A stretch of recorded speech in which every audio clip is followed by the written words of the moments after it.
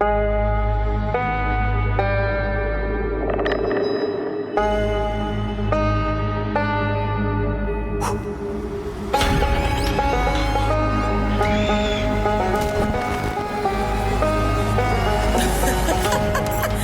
you can't trust County.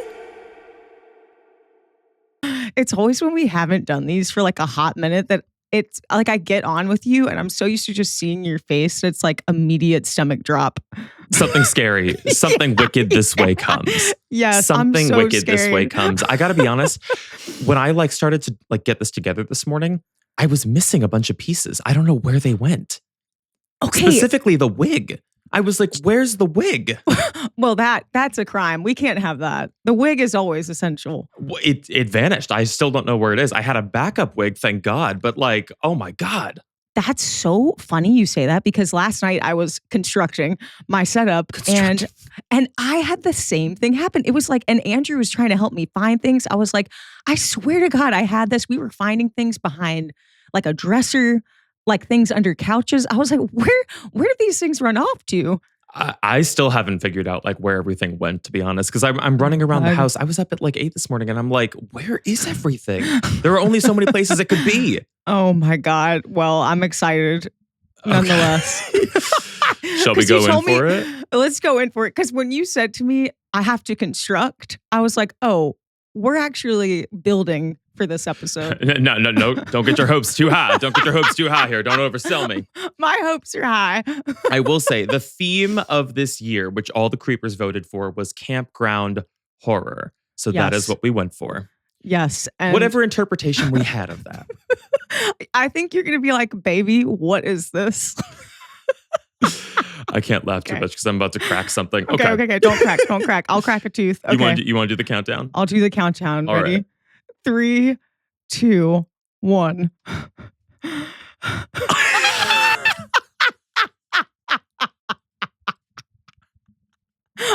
Wait. This is just you on a Wednesday, by the way. Wait. I'm cackling because you are like the Pokemon evolution of who you were last year. It's just, it's very similar because I was like, what did we do last year? It was like beach horror.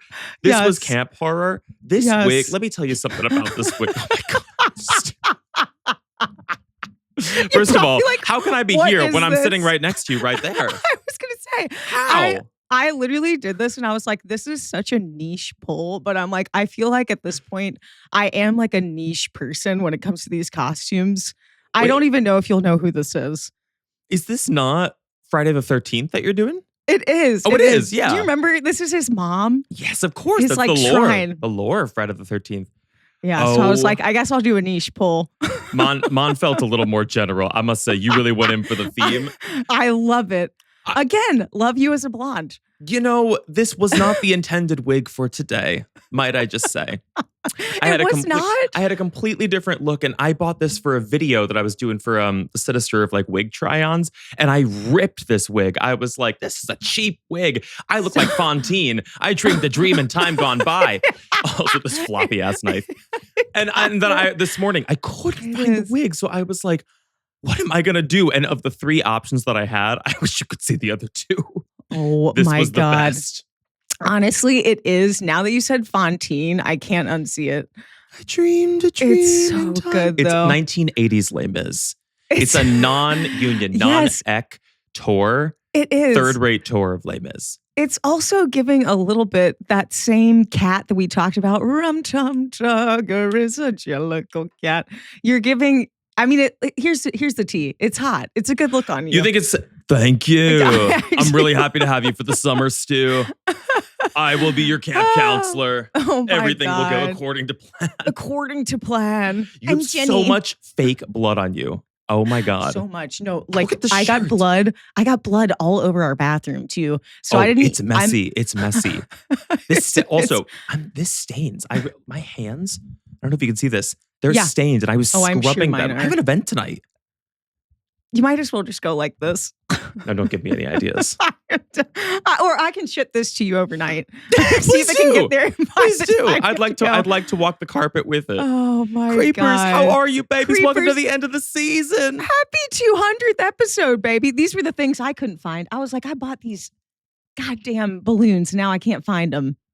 Is it? It's reversed for me. I was like, what's double OS? It's double. It says wait, to me. Is it mirrored? It's mirrored for me. I don't know if it'll be mirrored by the time this goes to edit, but like, oh it my says God, oos. Ted. It says oots. Oh Oos, my God. Ernie. Yes. Welcome to the season finale, Creepers. Oh my gosh. Can you believe we've been doing this for 4 years? That registered in my brain as 40.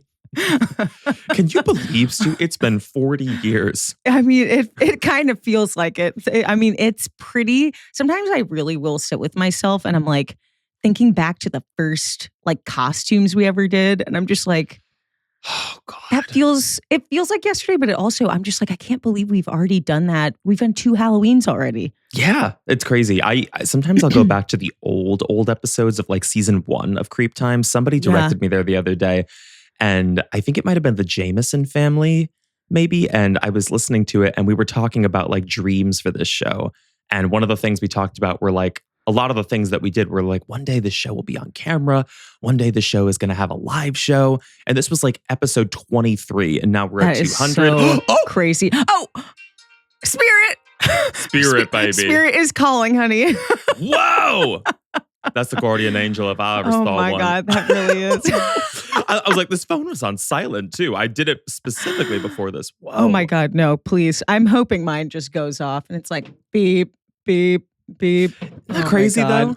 200 It's so crazy. And I feel like I just should say thank you for having me on this ride for all those years ago, asking me to be a part of this because it's been so much fun.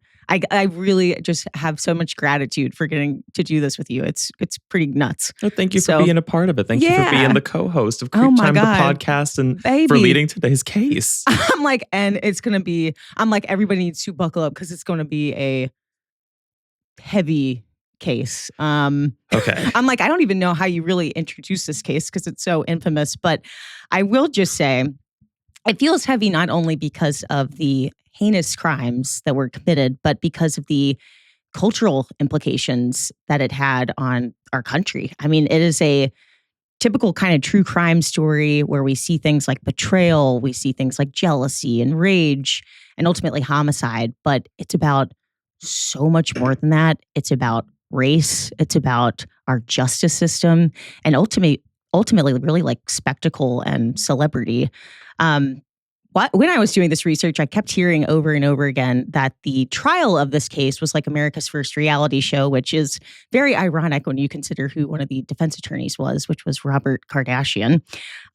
It's estimated, I was amazed to read this, the day that the verdict was read, it cost American businesses over $480 million in productivity. The stock market fell 41%. How did they measure that?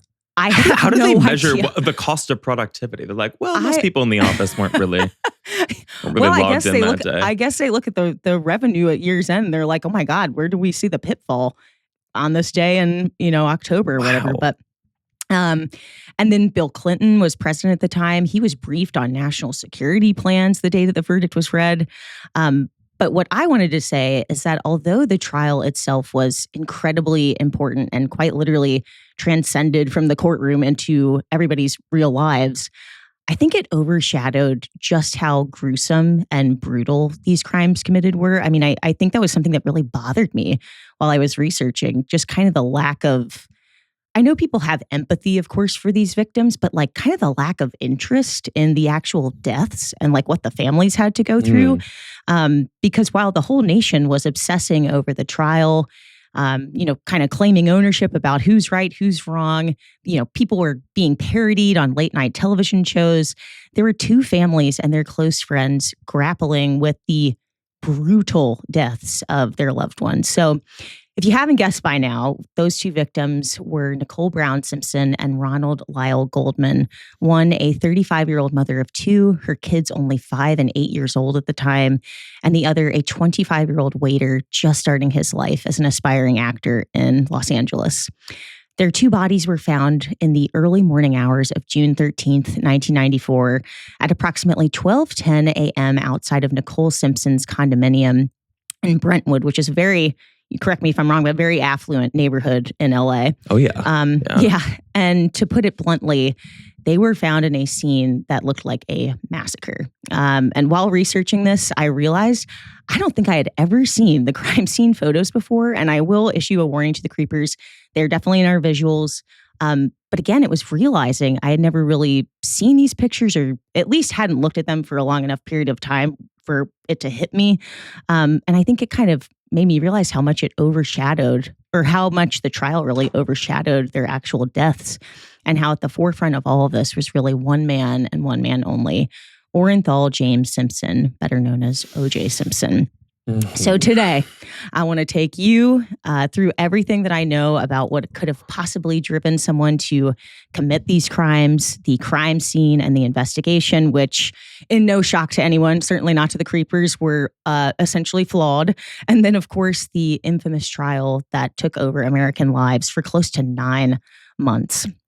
So for our CreepTime Season 4 finale, I thought we could finally do a deep dive into the horrible tragedy, which was the murders of Nicole Brown Simpson and Ronald Lyle Goldman, and the infamous trial of O.J. Simpson. Whew, baby. I'm like, whew. But before we get into this saga of a case, let me just say, welcome back to CreepTime, the podcast. I cannot believe we are rounding out our 4th season today. So if you are new here, welcome. You have caught us at the very end of our 4th year of doing this podcast. The perfect time to catch us, by the way. Yeah. I'm like, so we're crusty, dusty, and old. We are your hosts. I am Sue. This is Silas Dean, and we are so happy that you found us if you are new. But if you are old like us, you've been here since the beginning, we just want to say thank you for being on this wild ride with us all of these years, for giving us all of your support.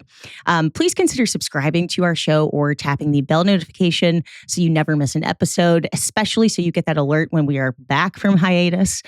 You can also drop us a comment on Spotify or YouTube, leave us a positive review on Apple Podcast. And now is definitely the time during our hiatus to check out our premium catalog, because we've got 90 plus episodes waiting for you to binge on Spotify and Apple. Free 2-week trial available on Apple. You might as well take advantage. And as always, the best way to support our show is to tell somebody in your life. I was going to say somebody you care about, but it could be an enemy, like we always say. But tell them, get your nemesis involved. I'm like, tell them about the show. It could bond you. It could. Tell them about CreepTime if they got an interest in true crime, or just getting these stories out about these victims to more people. We really appreciate it. So, baby, with all that out of the way, I'm like, we better get going. I'm like, strap in. I know. From like what I know of, and I don't know everything about the O.J. Simpson trial. Certainly, I feel I know more about the trial than I do the case, surprisingly. Yeah.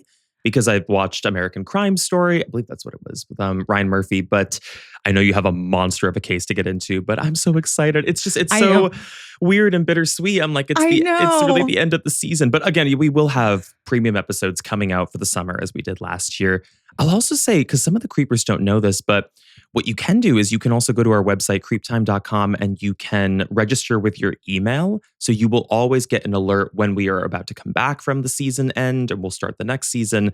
You'll stay up to date on everything CreepTime. I would recommend doing that, and maybe following us on Instagram for the summer. Yes, please, babies. Oh my goodness. And also, just going back to what you said real briefly about the case itself. This is falling off. Oh no. I'm like, at some point, my wig may need to come off as well. It's I wasn't even sure if that was a wig. I gotta be. When you first came on, Stop. I was like, wow. I'm like, Stu just really styled it and I guess went blonde. Stop. Do you know, I think it actually would have looked better had I kept my real hair, because she has very, very pinned straight hair. And I was like, you know what? This kind of looks like the wig I wore in 5th grade for Sharpay Evans. And I'm just going to roll with it. You got to pull it from the archives sometimes. You got to.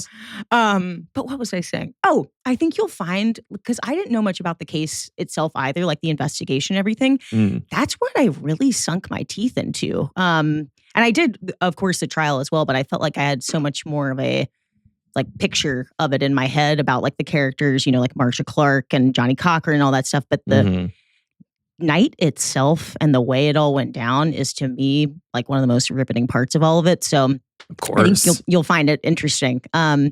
So I just dropped you a link to the visuals. Oh God! And I know I think the like crime scene stuff is on page 4, maybe 5. Should I just stay on the first page? Maybe just stick around to the first. I did do it kind of chronologically. So as we kind of do backstory, timeline, everything you can move through. But so when we dive into a case, and those will be up on Reddit, of course, creepers, you guys know the drill. But when we dive into a case, or at least for me, I prefer to focus more on the backstory of the victim rather than the killer, unless it kind of helps us understand motive. But I feel like this is one of those cases where I've absolutely got to do both. Because if for some odd reason you haven't heard of this case or you don't know much about it, I think it's important you realize who O.J. Simpson grew up and came to be, because this was truly one of those culturally defining moments where people who never cared about true crime suddenly stopped dead in their tracks to follow the story. You had sports fans who knew him as a legend. He's like the person I think of. He's the equivalent of a Tom Brady in today's terms. And, suddenly they're watching this hero of theirs accused of double murder. And then you have your typical true crime fanatics who are following this case, wondering why the rest of the world is so obsessed with it. So it's kind of this like wild intersection of people that I think happens rarely, or at least on this kind of scale when following true crime. And I am going to do a deep dive into Nicole and Ron's backstories. But first, I want to take you chronologically through OJ's journey so we understand how people really had experienced him up until this moment.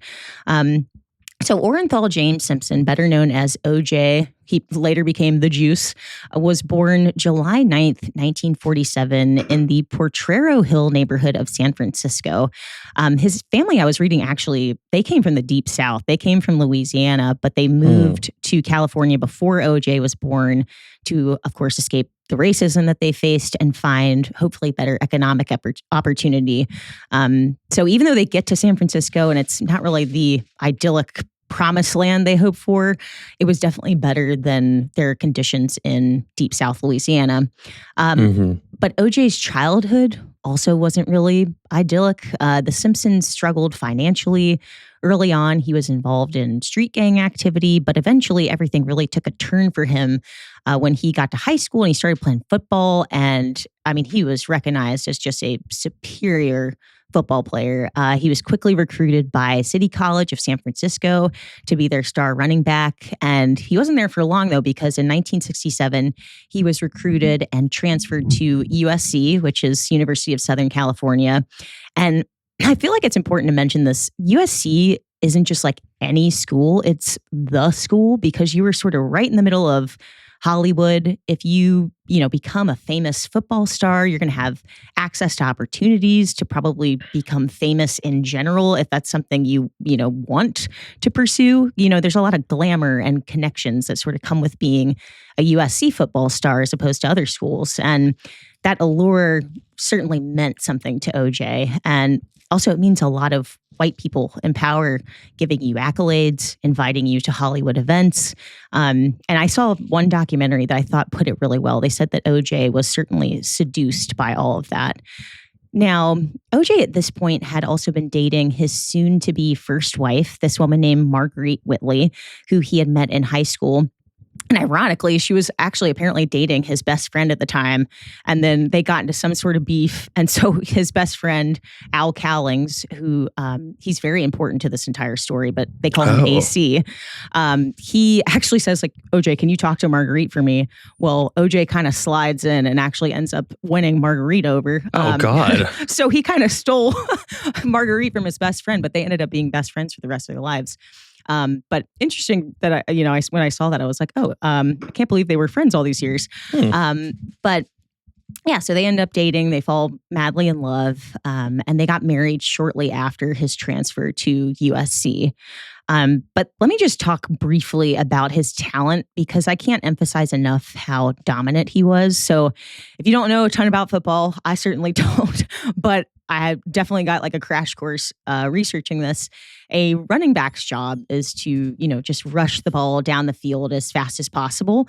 And OJ was legendary. I mean, his rushing yards were unprecedented, so much so that he won the Heisman Trophy in his senior year, which is the highest accolade you could ever get as a college athlete. Whoa. And he also broke the NCAA record for rushing yards. He shattered his own personal record. He rushed 238 yards in one single game. So that's like twice down the football field and then a little bit more, which is very, very hard to do in football. In a game, it kind of, constantly stops and starts. So that was crazy. In that same year, though, OJ and Marguerite also welcomed their first daughter, Arnell Simpson. So, at this point, OJ is this college sports superstar. He is balancing fame, family, and then to top it all off, he would get drafted by the Bills in 1969. So at this point in his life, he is on top of the world. But it was also a really crucial year for Black athletes in our country because it was the same year as the Olympics. And this was important because Black athletes competing were raising the Black Power fist as like a stand against racism before their events. And OJ very famously said when he was asked about this, because he was like one of the most predominant Black athletes in our country at the time, he said, "I'm not Black, I'm OJ." And this quote I saw so many times while I was researching because it shows that he distanced himself from race. And it's just crucial context, I think, because later the Black community plays a crucial role into how this all kind of plays out in court. But circling back to OJ's first marriage, he and Marguerite had two more children, Jason and Aaron Simpson, and they were together for over a decade. Now, it is alleged that OJ was abusive during their relationship and ultimately the marriage unraveled. And really the breaking point came, and I never knew this before, I'll be shocked if you knew this, but in 1979, their daughter, Erin, tragically drowned in a pool just shy of her second birthday. So they end up losing their child. No, I don't think I did know that. Yeah. So I think on top of that, then their marriage was already sort of crumbling. The abuse, there was also alleged infidelity. I think that was sort of the final breaking point. And so they finalized their divorce in 1979. And it was around this time, it was actually rumored to be a few years prior, that OJ had started a relationship with 18-year-old Nicole Brown. She was 18. I did not know that when I started researching this. How old would he have been? He must have been like in his early 30s by the time 30. they divorced. Wow. Yeah. So much life has been lived in just his 20s. It is crazy. He was married, having children, and already, playing like college level football, of course, but like while in college, like all this was happening. He must have been like 20 years old. Mm-hmm. Yeah. And so by the time he meets Nicole, he's like very famous. People were already starting. He was pretty much right when he meets Nicole is when he started playing professional football. So it was like his career was about to really take off even more. But yeah, so she was 18, which I was just kind of shocked. But before I give you a little bit more context on Nicole, any other thoughts about his backstory or maybe things you didn't know about him? I think I'm just surprised by how accelerated it all is. And maybe it's just a sign of the times because this was happening between the 60s and the 70s when he was growing up. But it's shocking to me like how fast all of his life sort of happened and unfolded. And then by the time he meets Nicole, he's already kind of established, at least in Southern California, big time in Southern California. And I don't know. I'm just it's recoloring some of the context for me about their relationship because again, so much of what I guess I did know about this case has to do with the trial. So the backstory has really kind of like it never really gotten to me.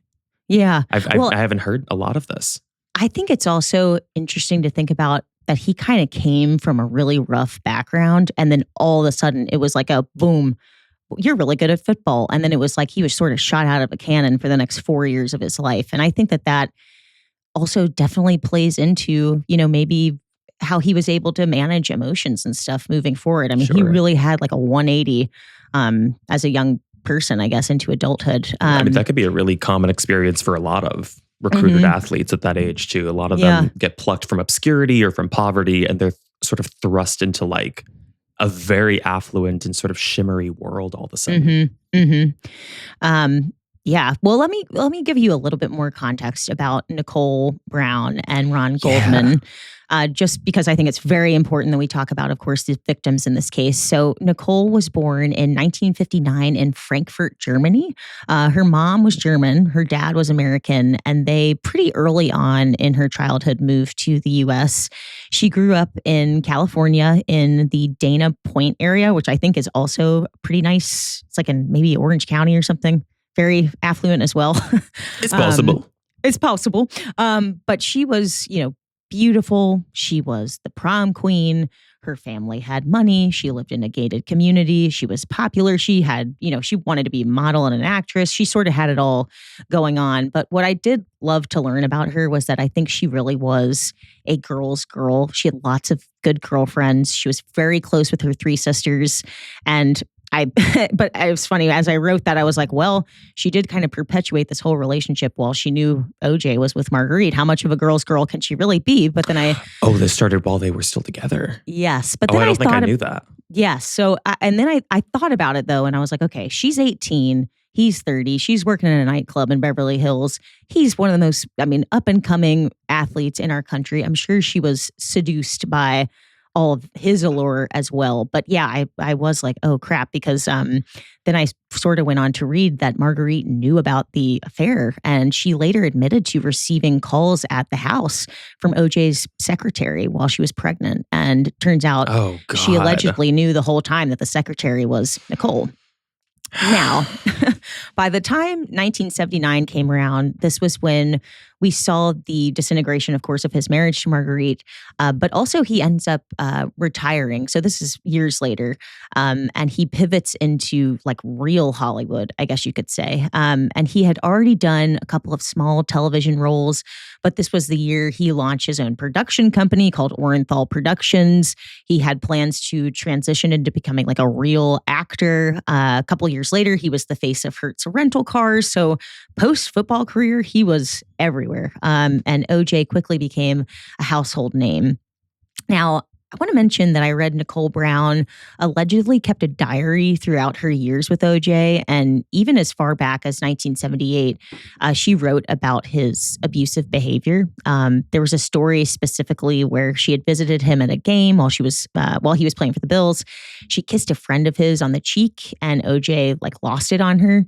So she definitely recognized these patterns with him before they got married. And friends of hers, like Kris Jenner, said that early on, they did not detect the abuse. It really just seemed like they were super passionate and obsessed with each other. Mm-hmm. But really, despite warning signs, Nicole decides to get married to him. And so they got married on February 2nd, 1985. And it's a day, this made me so sad when I read this, that Nicole said that she would, she wrote in her diary that when they were going through their worst bouts of abuse, she would go in and she would take the tape and she would play it over and over again to remind herself just how much she loved him.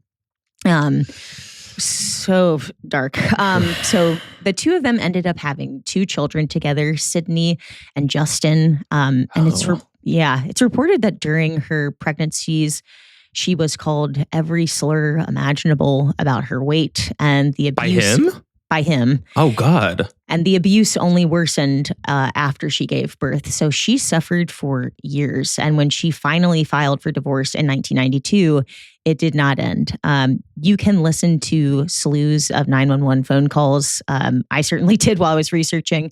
They were later used as evidence in the trial, but Nicole and the LAPD became very familiar with each other in the late 80s and the early 90s. OJ allegedly violently stalked and harassed her during their separation.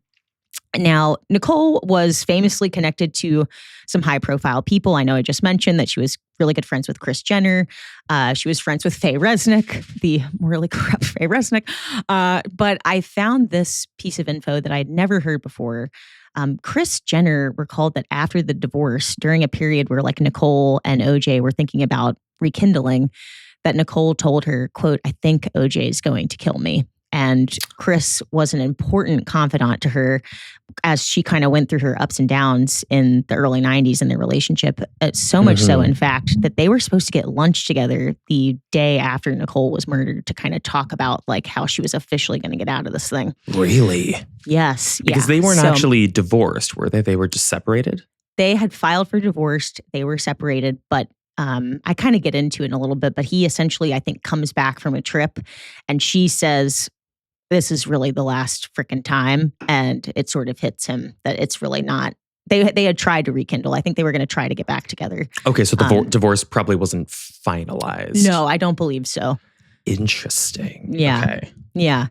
But Nicole's inner circle definitely knew that the relationship was volatile, and the back and forth, like I just said, it went on for many years, well into 1994, when the horrific crimes at the center of this case were committed. And that really brings me to June 12th, 1994, the day into the night of this tragic series of events, and where our second victim, Ron Goldman, enters the story.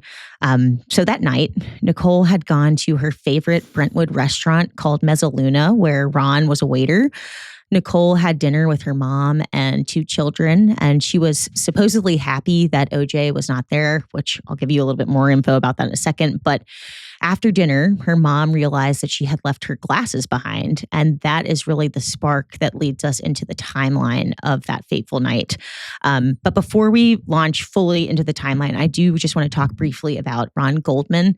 He was 25. He was one of 6 kids from just outside of Chicago. And his parents, I think, had gotten divorced when he was pretty young, but he had supposedly a really nice upbringing, good childhood. He was very close with one of his sisters.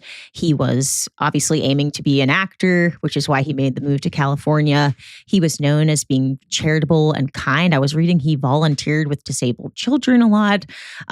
So I think returning those glasses and offering to do that kind of highlights like that really was kind of his natural charitable character. Yeah.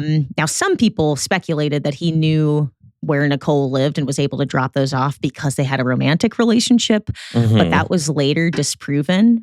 They were friends. She was a regular, and he knew where she lived because even though they'd only met like 6 weeks before all this happens, they had quickly become really good friends. They went for coffee. They took workout classes together.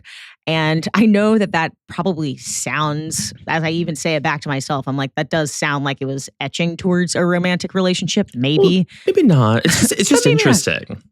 Yeah, it's interesting because it's he's a waiter, and I'm assuming that's how she met him. Yes. Yeah. Just met. That's like her local joint was Mezzaluna. Yeah. So that's how they became. Maybe she's just like a real regular in that way, where like you develop a friendship, I guess, with who you're seeing like that. Yeah. I would never have imagined that though, that like you would go out of your way and you and a waiter would start going to get coffee and taking workout classes together. Totally. And I think that's, of course, the feeling that a lot of people have. They're like, why would she, this kind of, she's married to a celebrity. Why is she dating a waiter why is she hanging out with a waiter that's 10 years younger than her if she's not dating him? And maybe it could have gone in that direction, but truly at this point, it was just a platonic friendship. Okay. Which I think makes this so much worse. But leading up to that day in June, Nicole had made it clear to OJ that she was officially exiting their relationship romantically right at the end of May. So as I read it, OJ had gone to a charity, like a golf event or something over Memorial Day weekend. And then when he returned, she made it very clear, and I believe it hit him that she was actually leaving this time. So before I officially jump into the timeline of the night of the murders, do you have any other questions about Nicole or Ron or their relationship? So. I mean, that was the only thing that was kind of sort of glaring at me, where I'm like, I don't fully understand the nature of their relationship just yet, but maybe some more context or sort of the allegations of this case. And when we get to the trial, we'll color that a little bit more. But I'm really, really itching to like get into the timeline of what we know about how this went down. Yeah. Okay. Well, let me dive in because it might help you kind of figure it out even more, like the nature of their relationship. Also, this wig is cutting off circulation. I'm not even kidding. I might have to ditch it halfway through the episode. Baby. You know what? Back and relax. And you know what? I might take it off. Hold on. I'll tape a sick. Tape a sick. Stall. Tape a. Oh my God, I can't talk. Take a sip of this Fresca, honey. Oh my God. Oh, do you see what I'm looking at right now? How this really is Fontaine. It's giving Marie Antoinette. Tight. It's so tight. Oh my God. Let me just take it off. Just take it off. Honey, take it off. Get comfortable. Girl, take it off. Get comfortable because we have a lot to go. So I'm like, you might as well get comfy. Oh my God. It's funny. I turned the AC down to like 67 because I was like, I'm gonna be sweating. I'll put the bandana back on just for Please visual keep the aid. wig. Please keep the wig cap. Perfect. I love it. Oh, we keep it all the way real. Girl, that's so much better. I could tell. I was like, oh my God, we're not even at the timeline. I was God, please. I was like, this wig's not going to be able to stay on there. No, honey, get cozy. I just said, Garrett and I, brief deviation. We watched, did you ever see on Real Housewives of Atlanta, the pillow fight episode or pillow talk? And Nene goes, let's keep it all the way real. I was like, we keep it all the way real. Oh, yes. Also, now that I've got the wig off, could I just quickly show you before we get into it? Because I have the other wigs next to me. I just want to show you this other one because, again, it was used for that video of like trying on 3 random wigs. This was my other option that I had for what could have gone with this this camping theme that we're doing, Camp Counselor. Hold on.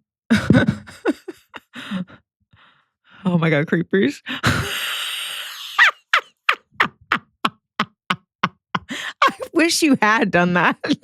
It's giving rocket power. It's giving Miranda Hobbs goes for a jog in Central Park. It's literally Beverly Hills. Carrie, I love you. That's so good. I mean, this was actually, I'm going to keep this on. Actually, I'll keep this on. I think you should. Okay. I think you should. Our first wig change mid-episode. Then you're going to do a wig reveal with flowers coming out. I do have a third. Maybe that'll end up on my head by the end. Please, I'll put this on at the end. I'll just put on a mask. Beautiful. Okay, please continue. Okay, so launching into the timeline. Again, this is Sunday, June 12th, 1994, when all of this starts. So that morning, OJ had been out playing golf. Nicole was prepping for her daughter's dance recital that evening, which OJ was going to attend. He was she knew she was going to see him. Meanwhile, Ron Goldman was playing softball that morning with friends. So it began as a very normal day for the three of them. At around 4:45, Nicole and OJ cross paths at their daughter Sydney's recital at her middle school. Recital wraps up at around 6:15, 6:30. OJ allegedly approaches Nicole's family. She's there with her parents, the kids, and the interaction was supposedly very civil.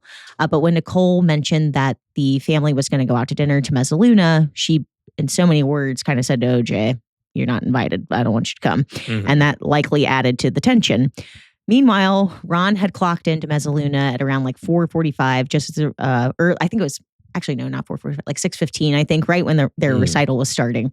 So Nicole's family heads there, and OJ returns to his house on Rockingham, and I'll refer to it as Rockingham a lot because I just kept hearing that's how people say OJ's house while I was researching. So he goes back to Rockingham, which is still in the same neighborhood. It's in Brentwood. So he's very close to Nicole's condo, which is on Bundy Drive. Now, I want to mention a very interesting character before I jump back into the timeline. His name is Kato Kalin. You might remember him from the trial. He's very important to the rest of the night's events, and he's someone from Nicole's past. But Kato Kalin was an aspiring actor that had met Nicole when he was like skiing in Aspen, and she was still married to OJ at the time. He ends up becoming very close friends with both of them.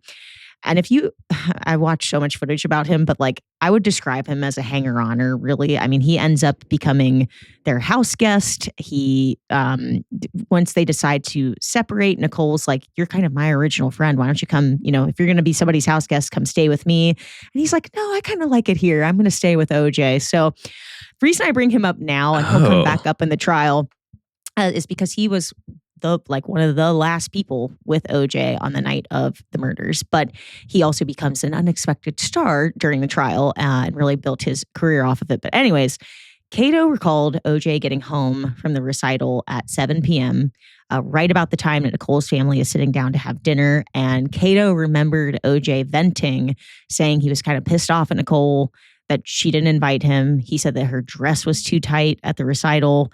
And so he asks Kato to set him up on a date with some chick that Kato knew the next week. Meanwhile, OJ has a freaking girlfriend. So he's, but the thing about Cato is that, again, last person to see OJ before this window of time where the prosecution, they say he's essentially unaccounted for. But here's Is there a picture of Cato? Sorry to interrupt. Yes, I'm just curious. Do I have a photo of him anywhere? I think he might be in the trial pictures. Okay, I won't go that far. I'll wait to see it. I'm actually, curious no. what he looked like. He's on page 3. I kept him up at the top. He's on page 3.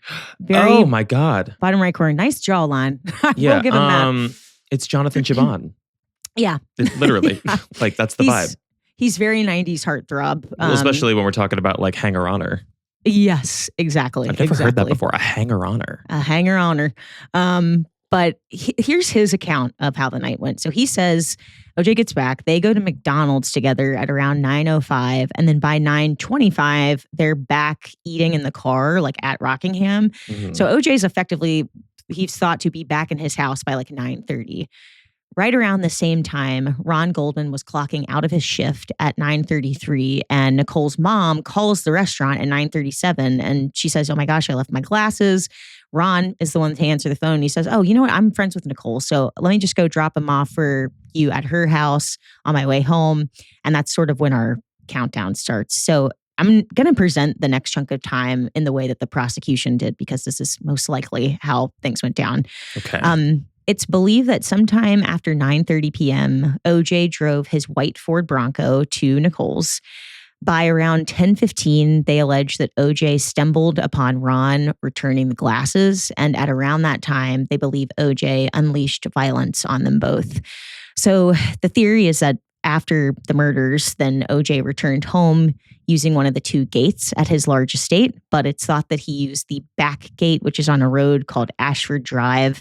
OJ also had a limo booked to take him to the airport that night. He had already had this booked. He had this trip planned.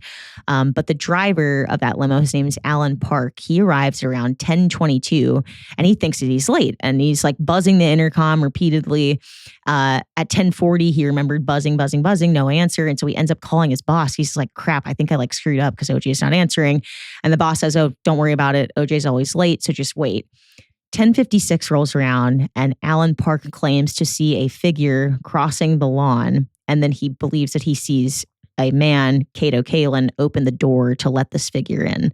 Then by 11:01, OJ emerges. He's got his suitcase packed and he apologizes to Alan Park. He says, oh my gosh, I overslept. And he says, I got to grab one more thing. And they go and they leave for the airport at 11:10. And OJ makes his this is a sign of the times. OJ makes his flight at 11:45, just in the nick of time to Chicago. Now, you're probably wondering what the timeline was like, or if there were witnesses back at Nicole's house during this whole time where he's getting ready to go to the airport. And let me just say, if there was ever a case where I wish to God a dog could talk, this would be the one, because Nicole had this white Akita.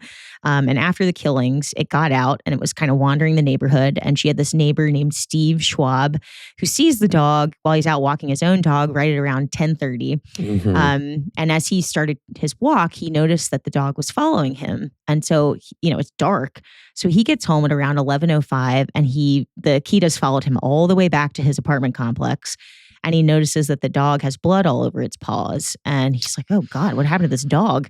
Yeah. But he had a cat. So I guess he allegedly thought the Akita and the cat would not get along. So there's this other neighbor that's out in the courtyard that he knew named Sukru Boztep. And he says, I don't think I can take this dog. What should I do?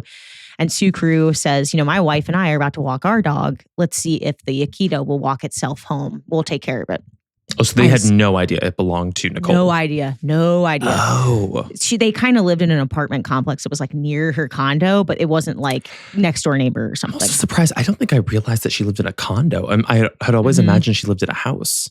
It's a nice big old condo. I will say that. I think I looked up the Zillow or something. It's definitely worth millions of dollars, which I know is the neighborhood, but it was a big, big condominium, with its own private entrance and everything. But the dog ends up walking itself back, and at around 12:10 a.m. is when Sukru and his wife stumble upon the horrific crime scene at Bundy Drive. Oh. So before I press into what was found at the crime scene and the investigation, any thoughts about the timeline? Anything you feel like you missed? It's highly, highly condensed. I mean, I don't think I realized how quickly all of this seemed to have happened. And I am the moment of this, and maybe the creepers will relate to it, the moment of this that keeps replaying in my mind is the moment of the witness, who I believe was the limo driver, who saw the dark figure running across the street and getting let in through an entrance. Because, across the lawn. So he's outside of the house. Like, he's not even been let in through the gate yet. He's just sitting there freaking out, doesn't see anybody, and then all of a sudden sees this figure cross over and get let in through the door.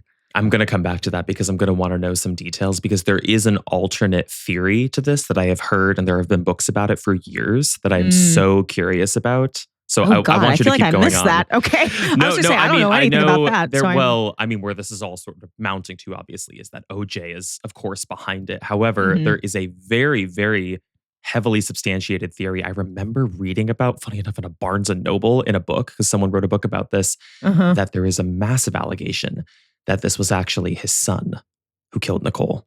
Oh my God. I didn't even see that in any of this. That's Isn't that crazy. wild to imagine? So I'm going to go back to that witness statement to really dissect it, because OJ is a very specific person in terms of his physical build. Yes. He's an athlete. Yeah. Yes. Curious about that. He did say a large, dark figure. I remember that is the wording that he used because he took the stand, Allen Park or whatever. But yeah, that's super spooky. I never came across that, so I'm interested to talk about that. I don't know that it's ever given enough weight, people really believe it, but there's enough behind it that somebody was able to theorize around it and wrote an entire book about it. Oh my God. And that the whole fallout of this is OJ trying to cover for his son, which is crazy to imagine. That is crazy. Oh my God. Well, what I will say, what is also crazy before just we took get us down into a full-blown conspiracy. I'm sorry. No, I'm this wig, I'm insane for doing that. I was going to say, I'm about to take you on a wild ride. I was going to say next is sort of the crime scene photos, and it gets very, very graphic. So just fair warning to you and the creepers. I think it's on page 4 is where all the crime scene photos are. Should I scroll now or should I wait? Yeah, go ahead and scroll. I will say what Sukru and his wife must have seen. And can you imagine seeing that in the middle of the night? Of course, it was darker, but there are floodlights on and stuff. If I had seen that, I don't know what I would have done. So early morning hours on Bundy, they see all of this blood. They end up calling 911. Some junior patrol officers from the LAPD show up. And again, right around 12:10 a.m. So they do their best to secure the scene until senior homicide detectives can get there. And those leading detectives, and they're very important to the trial, these 3 guys, Tom Lang, Phil Vaniter, and Mark Furman, their pictures on page 5. But they showed up between 4 and 5 in the morning to what they described as a, quote, well-secured scene. They said when they got there, they could still hear light music coming from inside the house. There's candles still on. And Nicole and OJ's 2 kids were asleep inside. The kids were home? Did you know that? They were home. Yes, I had no idea when I was researching. I was just thinking, I'm this upstairs. Is such a violent scene. I was thinking to myself, I'm surprised neighbors didn't really hear anything. And maybe that will come out a little bit later in the trial. But I'm shocked kids were actually in the house. Yes. Which if you are to, believe OJ did this, it's pretty horrific to think he knew that the children were there too. So, it's allegedly if he did this, but I was shocked when I read that. But they said they could hear the music. There were candles. But of course, they discover all of that after making their way past the opening walkway where the nearly decapitated body of Nicole Simpson and the repeatedly stabbed Ron Goldman were lying in pools of blood. So it was very clear to them that this was an act of rage when they came onto the scene. They immediately spot these large bloody shoe prints. There was a navy blue cap that was covered in blood. The eyeglasses that Ron was bringing back to Nicole were inside of this white envelope, and Ron Goldman's belongings, like his keys and his wallet, were scattered everywhere. So to them, that was okay, this is not a robbery gone wrong or something. And of course, the infamous left-handed leather isotoner glove, which was found near Ron's body. Now, what really stuck with me is how Detective Tom Lang describes the investigation and the crime scene kind of as it began to unravel. They knew it was going to be a media circus since this was the estranged wife of O.J. Simpson. So they first locked down the whole street, and then piece by piece, they had to start like opening it back up again because of morning traffic. And slowly, which I was kind of like, really? But that's what they did. And slowly the word they realized was going to start to get out. He was going to say the media was going to be all over that. Yeah, of course. And the families. So they realized they don't, he describes, he's like, I never like to make I forget what it's called. I was going to say a death call. There's a much more elegant term than that, but to call somebody and let them know someone's died, they don't like to do that over the phone. But he was like, we really had no choice. So Lang, of course, is going to call Nicole's next of kin, which was OJ. Does not get a response. And then he ends up calling Nicole's father. And at the time, they didn't even know like who to call for Ron Goldman yet. They hadn't, I guess, found his ID card or, been able to take it into evidence yet to properly look at it. But once they did, they were able to call the Goldmans later that morning. Now, at around 5:15 a.m., Detective Furman, Vanader, and Lang decide to go over to Rockingham because at this point, they claimed that they needed to know that OJ was also safe. They figured like he could have been killed as well.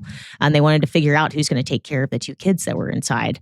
And of course, there's the bubbling suspicion, could he be involved? And this move to go over to Rockingham is where a lot of the police controversy starts. They reportedly rang the external intercom multiple times, no response. So they walk around the perimeter of the property, and Furman immediately notices that there's a white Bronco sort of like awkwardly parked up on the curb on the backside of the house. And he walks over to it and he spots blood on the door handle. And so he makes the choice to hop the fence without a warrant and go onto the property. No. Yes. No. Yes. And so once inside the property, he lets the other two in. They start knocking on the doors. Eventually, they're greeted by Cato Kalin and OJ's daughter, Arnell, from his first marriage. And they both ask, do you know where OJ is? Cato reveals that he left for Chicago for a golf tournament. Turns out Arnell had no idea her dad even left. So she starts freaking out, of course, as his kid. She ends up calling his assistant. And that's how detectives finally got OJ on the phone. Now, what's really eerie is that allegedly when they called him, they said, we hate to tell you this, but Nicole is dead. OJ doesn't ask how she died. He doesn't ask about how the kids are. He just says, okay, I'll be back on the next flight. But what I found to be really interesting during the research is that Detective Furman, the one that hopped the fence, had actually been to Rockingham before. So it turns out he had responded to domestic violence calls at their house before when Nicole and OJ were still there together. So he's already got this history with OJ. And he had what I think a lot of people would argue were preconceived notions. And we'll see how that plays out in trial later on. But next, they're able to get a proper search warrant by 7:30 a.m. and they make their way back to Rockingham. And it's then that they find, well, they had already found him, but they're able to take into evidence blood drops on the Bronco. They find blood inside the house. They find a pair of bloody socks in OJ's room. And then most famously, around the back of the house, they find the matching right hand of the glove set to the left one that they found at Nicole's. God. And there's more on that too. But once OJ gets back to LA, he is very cooperative. He sits down with investigators.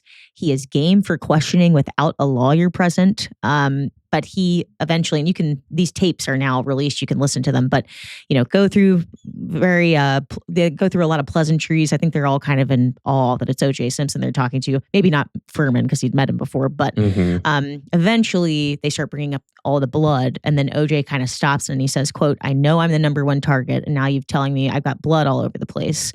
And he basically says to them, "Go ahead, take my fingerprints, take my blood sample, the whole nine." And he says, "I love Nicole. I would never do this." And they're just kind of like shocked at how easily he's going along with everything.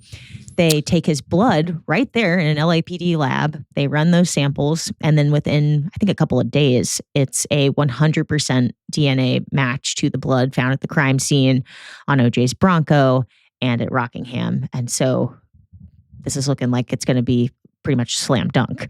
Yeah. Yeah. And knowing this and also knowing that OJ is a celebrity, they decide to cut him some slack. So they end up striking a deal with his lawyer, his famous lawyer, John Travolta, Robert Shapiro, that OJ will turn himself in Friday, June 17th between 11 to 1 p.m. Well, Friday rolls around, 11 comes and goes, and by 1 o'clock, he is still a no-show. He is now considered a fugitive on the run, and this is when the infamous Bronco chase begins. I remember this. I think this was how the dramatization started in American Crime Story. I'm pretty sure. I mean, it's a good place to start because it's about as dramatic as you could possibly get. I mean, it goes on for hours. The fact that they had this, I mean, I'll get into it, but the fact that it was all televised is insane to me. So, like any other car chase, I guess, but except now this is like a major celebrity. Yes. So this must have been crazy to live through. Crazy. Because what year are we in? What year was this? We're in 1994. We don't have stuff like this on television, like at all. This is crazy. So as I understand it, OJ had basically been kept on watch at Robert Kardashian's house with his attorneys present. And there was a brief moment in the early afternoon where OJ was left alone with his best friend, that guy from the beginning, AC. They're still best friends. And this was when he kind of convinces AC. He's like, why don't we just get out of here for a second? Let's get in the car and let's start driving. I want to get out of here. And he's like, all right, man. So the attorneys return to Robert Kardashian's and they're like, oh my God, he's gone. They're running around like chickens with their heads cut off for the next several hours.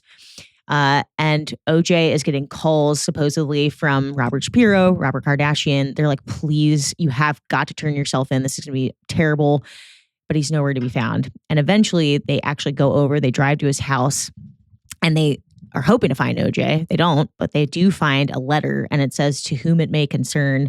And when they open it, it reads like a suicide note. So craziest part to me is that they then were able to arrange a televised press conference at 5 that Robert Kardashian, he ends up reading the note out loud on television, pleads with OJ not to do anything to himself. Can you imagine watching all this in real time?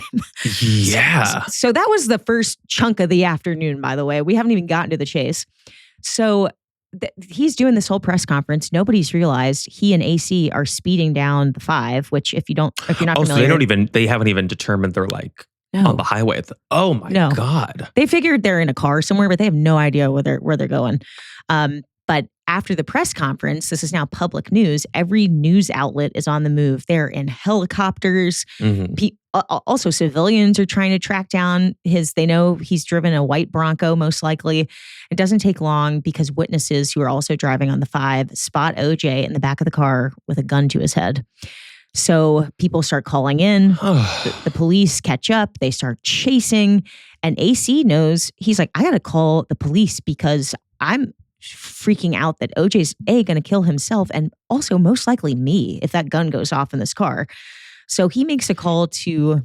OJ's not the one who's driving, right? No. He's not. Okay, gotcha. So driving. AC is now like, he didn't realize, he's like, I thought we were going for a drive around the block or something maybe. I'm giving him the benefit of the doubt. Like, I don't know how involved he was, but really what this turned into was all of a sudden OJ pulls out a gun and then puts it to his head and says sort of like, keep driving, I'm assuming. Yes. So now AC is just fully implicated in what is like becoming a high-speed chase, a getaway. Yes. And I think what I read was that AC thought they were going to go to OJ's mom's house or something. Like he just wanted to see his mom. And I think, but I think he should have known once he got into the back seat of the car, maybe something else was going down. But that's odd. Yeah. So he makes a call to police and he says, I have OJ with me in the Bronco. He's in the back seat. He has a gun to his head and I'm going to stay on the phone with you as an intermediary, but you guys have got to ease up. And this goes on for 2 hours and the whole country is glued to this freeway chase, televised, just waiting to see what's going to happen. So there's people on the highway holding up signs that say, go OJ, go. And again, this really echoes this like deep-seated frustration at the time between Black Americans and the LAPD. I mean, this was like a really, really heated time. So that's where a lot of that is stemming from. There's people that want him to get away. Is this probably, I'm trying to think of when the Rodney King riots were happening. Right before this.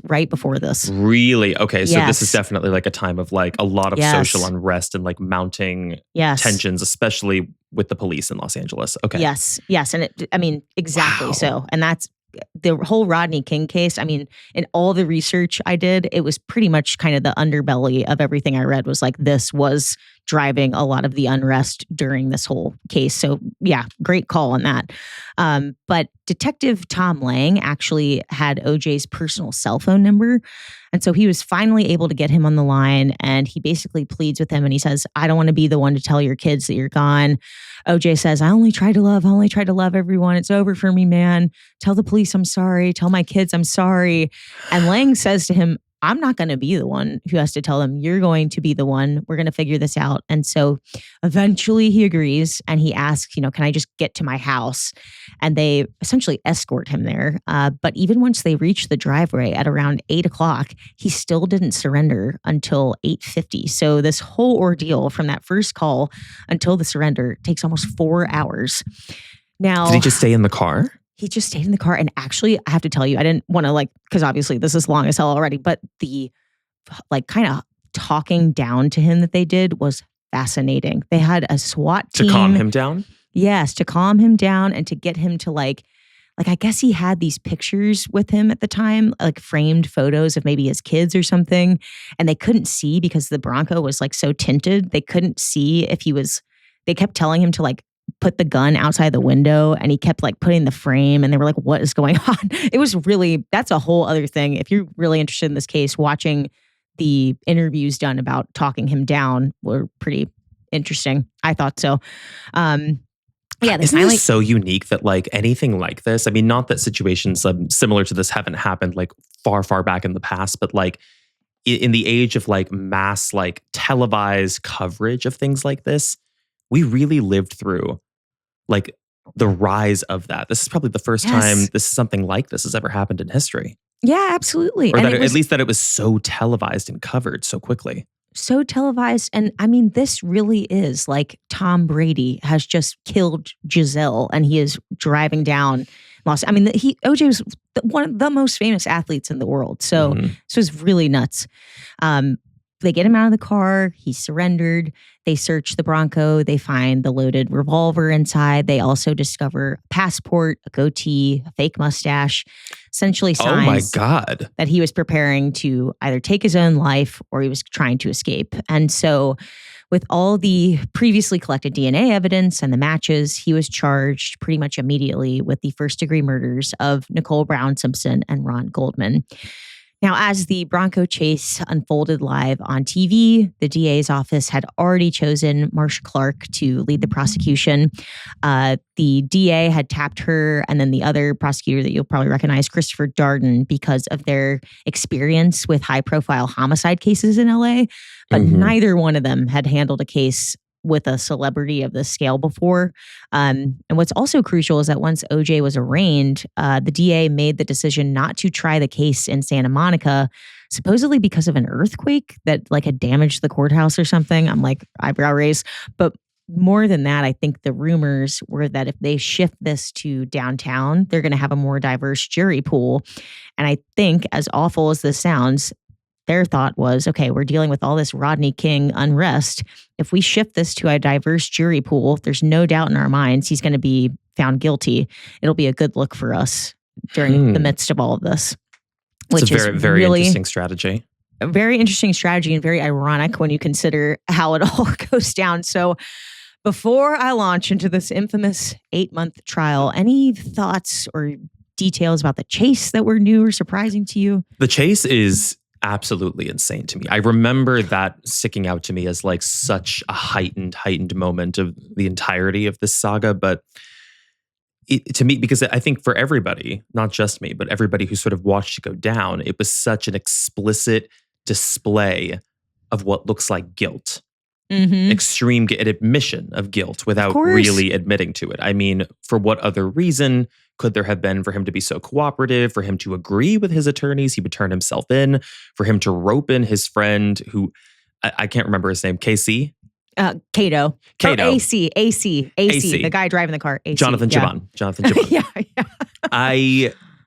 Yeah. The entirety of it just spells guilt. The possible teasing of him taking his life or whatever he would do. I am very curious about how they were what tactics are deployed for situations like that, of how you talk somebody down from possibly taking their life, or when there's so much scrutiny and heightened media coverage. It's a circus. It's just a circus. But I know, having done a little bit of research on this, like previously from watching the series and then looking up the case myself and like reading a little bit of the books in the past, how wild the trial is about to get. Yeah, I know. So interesting you brought up the attorney, Miss Clark, because I find her position in all of this, her and her position in this, to be the most fascinating, because I agree she probably hadn't dealt with celebrities before, but I don't think it was the celebrity component of like her prosecuting, because she's the prosecution who's going to go after a celebrity. I think it was the media coverage and the scrutiny she had never anticipated. Oh yeah, I definitely. The only reason I'm thinking about this is because we're talking about sports, but there's the term like where you like get the yips, where it's like you cannot get out of your own way and you're letting everything affect you. I think she ended up getting a major case of Never like heard of the that yips. before. Yeah, the yips. It's like you know how Simone Biles like officially pulled out that one year during the Olympics.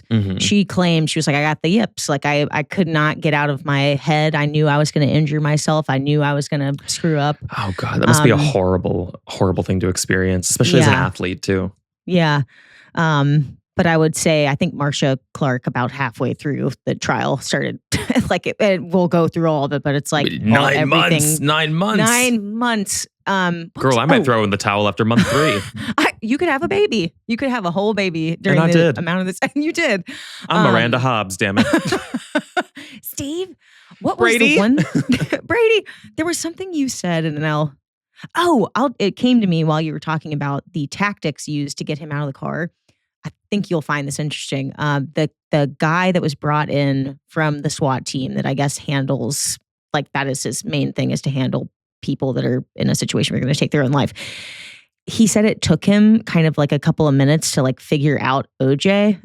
But once he started really playing to his ego is when OJ started to show that he wasn't going to take his own life. He was like, think about all your accolades. Like he started just riffing off like every single award, every record, every win. Wow, that's so interesting. And he was like, don't throw that all away. It really had nothing to do.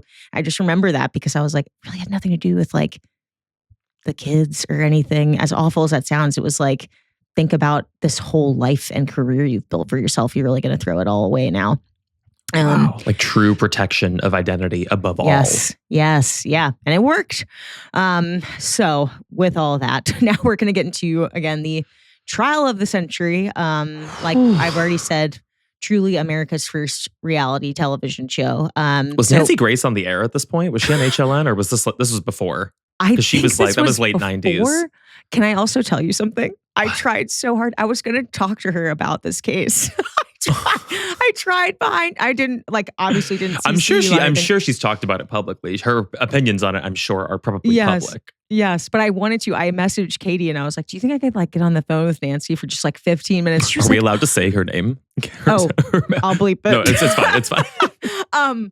But she was like, "Oh my God, yeah, I think she'd be so down for that." She is in Italy right now, though. And I was like, she's okay. Girl. I'm on summer vacation. I was like, never mind. I was like, girl, OJ Simpson. Can you imagine Nancy? She's What's crazy is I should really be wearing the next wig if I'm going to do the impression. Oh my God, yeah.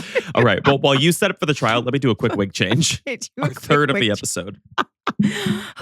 Okay, so none of these being the original wig I was supposed to wear for this episode.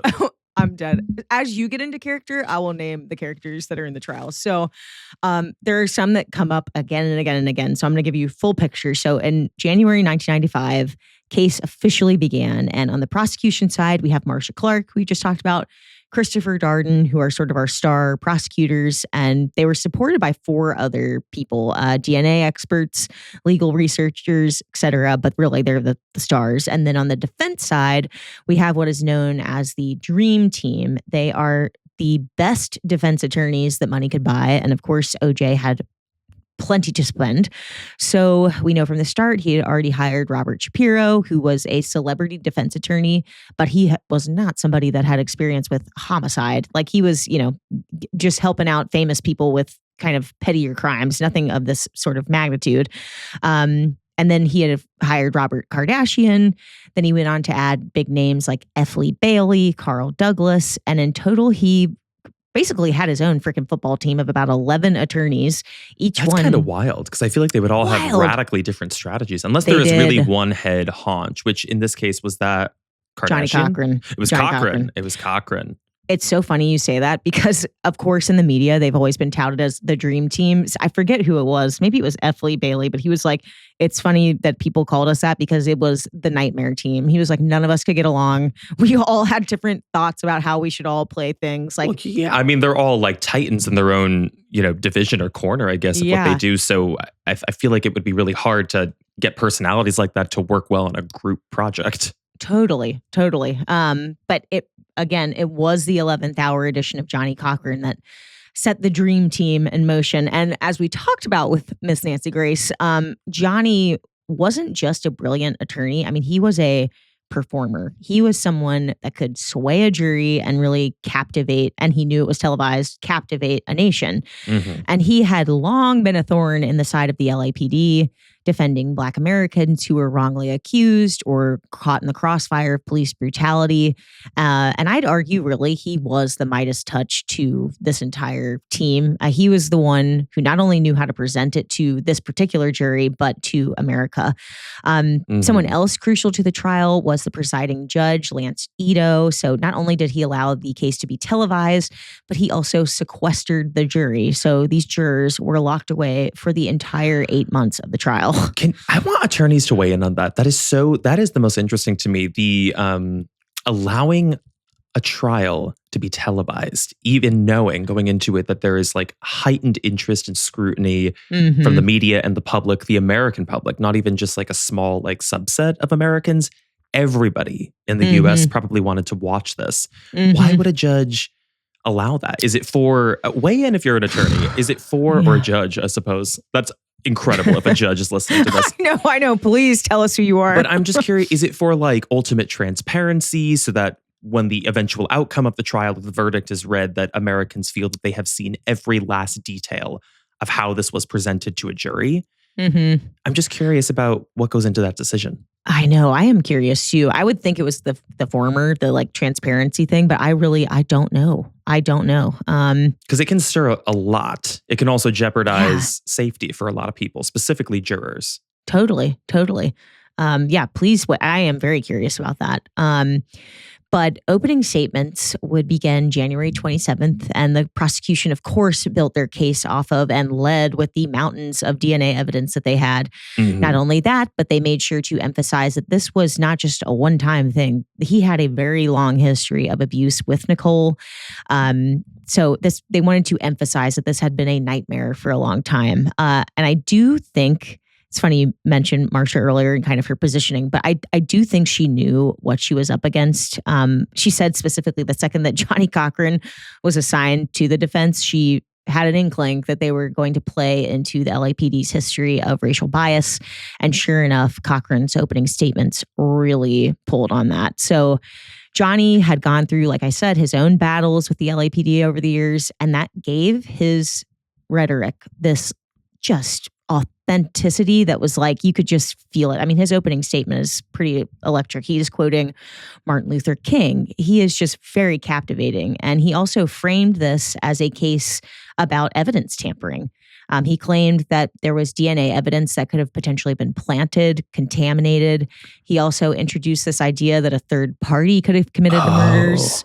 He emphasized that OJ had had multiple knee surgeries as a result of his athletic injuries. So there was no doubt in his mind that he probably physically couldn't have done this. And that really set the tone for his entire defense.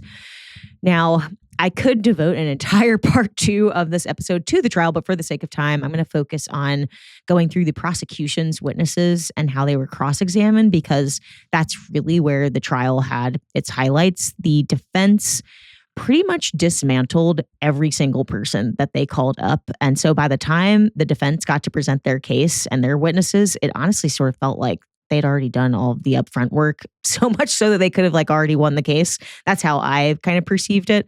But starting with the prosecution, as they moved through January and February, they really leaned heavily into the patterns of abuse. So Denise Brown, who is Nicole's sister, takes a stand. She gives this gut-wrenching testimony about the way OJ had treated Nicole. He had thrown her against walls. He called her names like fat pig while she was pregnant. And on top of all of that, 911 dispatchers also testified to the domestic violence calls they had responded to. Those calls were played in court, and you could hear, I mean, they're very scary, like Nicole screaming in the background, just this raw panic. And that was how Marcia Clark was really going to set the tone of how this wasn't just a one-night thing. Now, enter witness Ron Shipp, and I hopefully, Creepers and you, I have a lot of these people so you can get a face for the name. But Ron Shipp, he was a cop. He was Black, and he had been OJ's good friend and someone that had bailed him out during his most serious domestic violence charge ever put against him.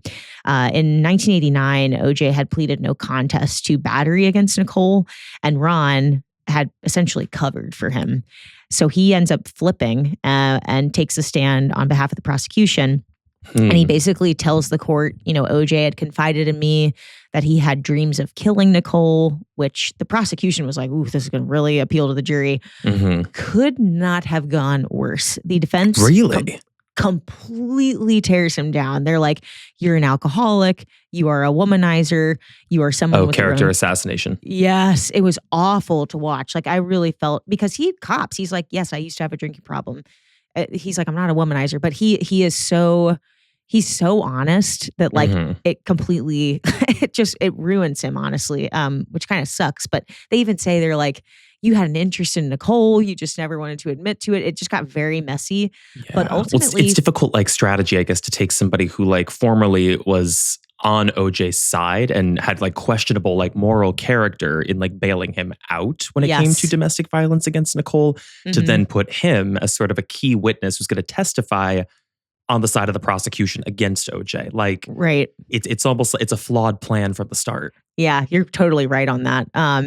Because what they basically walk away with, what the jury walks away with, is this feeling that he's like this like Brutus character that like betrayed him. Like you're saying, it's kind of flawed logic in general, because he already kind of did something he wasn't supposed to do, but then you did the second thing you weren't supposed to do, which was rat out your friend, be a snitch.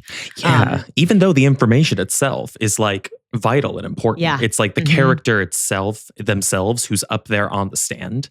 Yes. Yeah. That's the flaw. The flaw. Yeah, totally.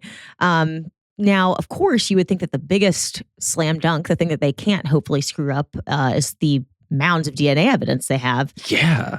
So in addition to all of the blood at the murder scene, they find OJ's hair fibers and that knit cap that was on the scene. The Bronco blood was actually a mixture of Ron's, OJ's, and Nicole's. The pair of bloody socks in his house had come on. Yeah. Had Nicole's blood all over him. And of course, the gloves, but that's its own separate infamous moment that I'll give. But the defense decides at every turn to basically not acknowledge the DNA matches, and they focus completely on the possible tampering or contamination of evidence, which I hate to say, I do think was a very smart strategy. Just don't even acknowledge that it matches.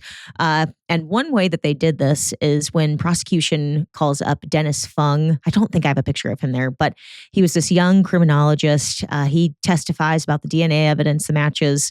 He actually took the stand the longest out of anybody, but the defense cross-examined him hard. And they had this big kind of like famous gotcha moment where they essentially rolled footage of him, because all these media outlets obviously were standing outside filming all day long. There was footage captured of him handling evidence with his bare hands. Essentially, I think it was the eyeglasses envelope. There is and it's so crazy. Like if you watch the clip, they're like, there, right there. Don't you see you're handling it with your, and this poor kid essentially is like, I don't know. I can't really tell, but I might have done that. He like totally. Why wasn't this okay? Sorry. No, go ahead. I'm like getting upset on behalf of like the prosecution that they weren't like better prepared for like all of the holes that were going to be poked in things, even though like the logic here is like, okay, well, what's statistically likely here? I mean that like, I don't know, this is a massive like conspiracy against him and that evidence was planted in like record time, or that OJ killed Nicole. Yeah. Well, when you think about it, it's almost like the jury, and obviously this is not supposed to be what they're doing, but I can't help but think what they're really noticing is that like beyond obviously the matches and the feeling that he's probably obviously guilty, it's more that they're being swayed by the persuasion of the defense and kind of pointing out how bad in the courtroom. They're being swayed. It's so palpable because these defense attorneys are like titans in their game because they're performers. Yes. Johnny Cochran's a performer. Yeah, totally. It's crazy. But yeah, so they have that big moment, and then they also hammer down hard on Detective Vanader, who I could not believe this when I read this. So he essentially, the day that they took the blood from OJ after they questioned him, he had a sample of it that he was supposed to take to a second lab. You're supposed to do it with I guess as a control, take it to another lab to make sure it matches at this other place. He kept it on his person and then went back to Rockingham Estate to continue the investigation and then went to the lab. So they point that out. He admits to it on the stand. And basically, they're just playing up the idea that if the LAPD wanted to plant evidence, they certainly had the opportunity. They also went in on Detective Lang, who had used a blanket from inside Nicole's house to cover up her body the morning of. So, of course, that could be contaminated. So, in short, they are just going hard on the sloppy handling of evidence. They're really playing into the conspiracy of this, which I can see, because when you're looking at this in black and white and you're sort of just reading through, you're like, how could anybody come up with a strategy to defend this? Yeah. Unless they're going full-blown conspiracy, and they really did. Mm-hmm. And I'll tell you, there's two things about this trial that I'm sure you already know, but the two kind of, I guess you would say, linchpins that really just won them the case, which we'll get to in a little bit. But one of them I already knew, obviously the gloves, but the other one I had forgotten. And I was like, oh my God. But next, they bring up house guest Cato Kalin, who is fascinating in terms of where he kind of stands. Even though he's called up by the prosecution, he doesn't really get on the stand and point fingers at OJ. If anything, it seems like he's very reluctant to say anything detailed that's going to implicate him on either side. He's actually, just in a word, annoying when he's making jokes. And I could tell that just from the description of the guy. Yeah. But what he does testify to is he says, I heard these 3 really loud thumps outside of my room at around 10:40 on the night of the murders. And so the prosecution theorizes that those thumps were OJ returning home, kind of moving through the dark behind the house. And that's sort of in the same area where they found the right-handed bloody glove. So Cato can never really confirm anything more than that, but these 3 thumps, but they become a big part of the case because they claim that this is when OJ, I guess there's an AC unit back there, and this was OJ slamming into the AC unit trying to find his way in the dark. Now, as the trial ramps up, the media coverage, of course, it's already been in overdrive, but it's going way into overdrive because the defense is doing so well. And so did OJ's charisma and his charm. It was so wild during the research to watch the day that he pleads. His face is pale. He's not guilty. Guilt is all over his face. About halfway through the trial, he is coaching from the sidelines. He is patting everybody on the back. He is smiling at everything about the defense's strategy. Which you would think would not bode well. Or you would almost think that would make him look egotistical or oh, he really thinks he's going to get away with this.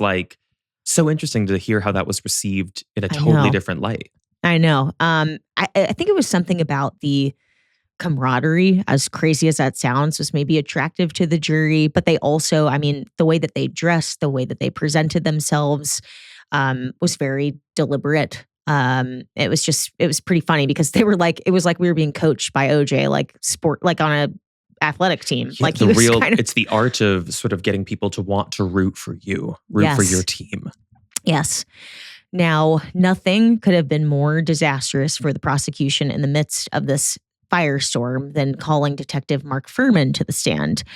So as Marcia Clark later explained, this was the moment that I was this was so bad. So she had, I guess, to put him on the stand to enter the glove evidence in because he was the one that discovered it. But what she didn't see coming was that the defense had already zeroed in on Mark Furman as really the Achilles heel. There had been rumors that Mark Furman had a racist past, or he was just a racist. Defense attorney F. Lee Bailey was the one that really went in on him on the cross-examination. He's, asking him, how did you just happen upon a glove that was apparently very moist with blood 7 hours after the murder? Shouldn't that have been dried by then? So basically kind of setting up that maybe Mark Furman had planted evidence in order to kind of close the case, if you will, close the scene. But he then questions Furman if he had ever used the N-word, if he had this deep down disdain for interracial relationships, which of course Furman like vehemently denies on the stand. More to come on that in just a little bit. But then of course we have the other infamous moment in this case, which is the glove demonstration that you could argue was the entire downfall of the prosecution's case. So on June 15th, 1995, the prosecution decided to have OJ try on the infamous gloves, the one found at the murder scene and the other at Rockingham. And what followed was a disaster. The golden rule that they broke was that you should never attempt to do a like courtroom demonstration without testing it multiple times. And they had not done that. They essentially, meaning the prosecution had not done that. They had not done that. Yeah. Essentially, it was Chris Darden's idea in the first place. Marsha Clark was very much so against it, but he insisted. He like met with this glove expert, tested the sizing, I guess, with them, and they said it would probably fit, or without a shadow of a doubt, I hope is what they said. But when the day came, those gloves, which had been, of course, soaked in blood and then later stored in cool temperatures to protect the evidence, had shrunk. And so OJ, not only that, but then he had to put on a latex glove, which added another layer so he didn't, contaminate it. And he's struggling to get his hands in the gloves, which he also, of course, was kind of dialing up the drama as to how it can't get on. And the moment was a gift to the defense. And that night, Marsha Clark said she knew the case was, she was like, we're pretty much toast. And Darden reportedly apologized to her. And she told him, she was like, you know what, if that lost us the case, I don't think we were going to win in the first place anyways. I hate this attitude. Ugh. Yeah. But that was, I'm telling you, I think that was what, and you'll see. Let me take a crack at it. I know. And when we get to closing arguments, she had sort of the same exact attitude. I was like, girl, get it together. What is your position? Why are you the prosecutor in this defeatist attitude of this whole team? My God. Yeah, it's bad. I don't think this irritated me as much as like when I'd watched the dramatization of it, actually, because they really paint the picture. Sarah Paulson is incredible. I know, she's so Marsha good. Clark. It's like one of the best, truly one of the best performances on television I've ever seen. But like you really, I don't know, I felt for her. I felt a sympathy for her in an entirely different light, in an entirely different way. But now that you're sort of detailing all of this back to back, I'm like, these are like easy wins they're handing over to the defense that shouldn't be easy wins. I think Marsha Clark felt very intimidated, not only by Johnny Cochran. I think she felt intimidated by, if I had to just put my opinion out there, by the racial underbelly that concerned a lot of this. I felt like there were parts of it that she just was not either maybe educated enough about, or like just didn't know how to convey her message in a way that was really going to resonate. I think she was very kind of like, I don't think she could see really outside of herself. She kind of got in her own way the majority of the time. She did not have charisma, is what I will say. If I had to, I guess that's the word I'm looking for. But she relied simply on sheer fact, and the facts here do point to OJ. It's just, I don't think, she couldn't have anticipated the emotional narrative that was going to divide people, Americans, and eventually the microcosm of what was going on within the jury. Yes, yeah. Or she anticipated it way too late. Like because I think she did start to realize, but it was like, girl, you should have thought about that way before. So the whole moment, gift to the defense. And of course, Johnny Cochran, being the brilliant attorney that he was, he seized that moment, made it the nail in their coffin, and he gave that unforgettable line, if it doesn't fit, you must acquit. And that would come in his closing arguments. But that one-liner just echoed in the jury's minds during deliberation. Now, one last piece, this is the part I was talking about earlier about Mark Fuhrman. One last piece before the defense officially presented their case, and also, in my opinion, the biggest standout moment besides the glove was calling Mark Fuhrman back to the stand. So earlier, we know he had denied ever using racial slurs, but F. Lee Bailey kept digging because he had heard all these rumors, and he eventually hears more rumors about tapes tapes that supposedly had Mark Fuhrman using racial slurs repeatedly. And Oh eventually my God. he finds the tapes, and they were recorded by a screenwriter, I guess at the time. Her name was Laura McKinney, and she was working on the screenplay about LA cops. She had interviewed Mark Fuhrman, and sure enough, it captured him using slurs repeatedly.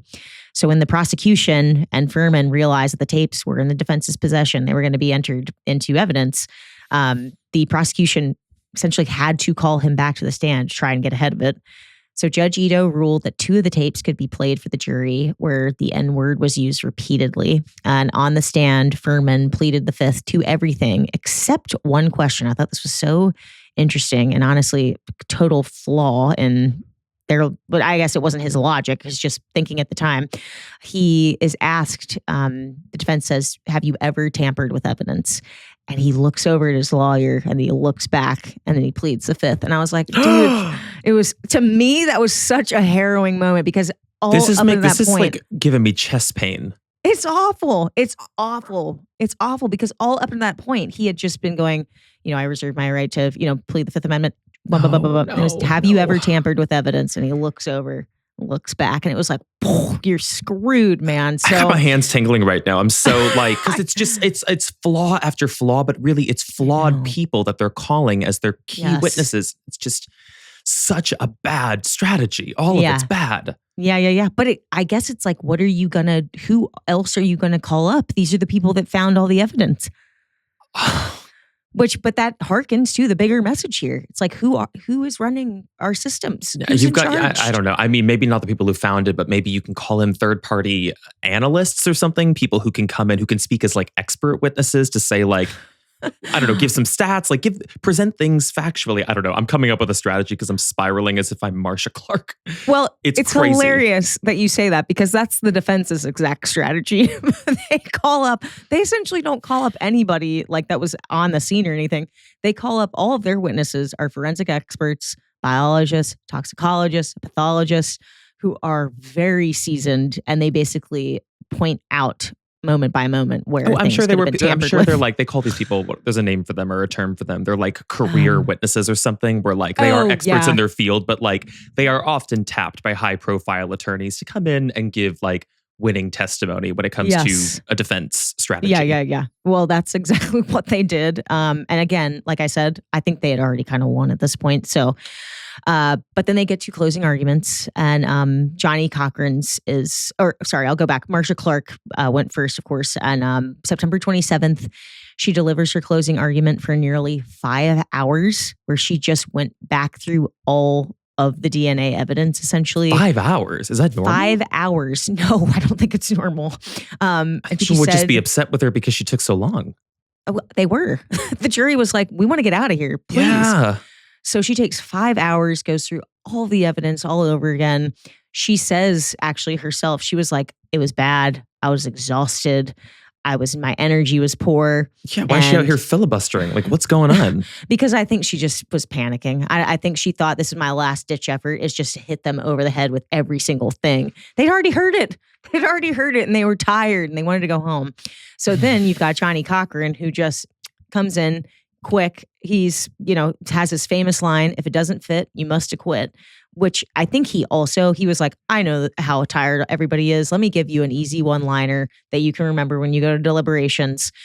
Because typically the rule is that for every, there's usually 1 hour of deliberation for every week of trial. So in this case, they thought that the jury was going to deliberate for at least 35 hours. They reached their verdict in under 4. So they were like, let's get out of here. I read actually one juror said later on, they said, we didn't even discuss DNA evidence during our deliberations. So you cannot imagine, if Marsha Clark, I'm sure, has heard that, how devastating that must be to hear. I think the jurors were probably losing their minds. I do remember that being well depicted in, again, the dramatization. I keep going back to it, but I'm sure this is well covered throughout this trial that the jurors, because they had to be protected, but they also had to be sort of isolated from the media coverage of this.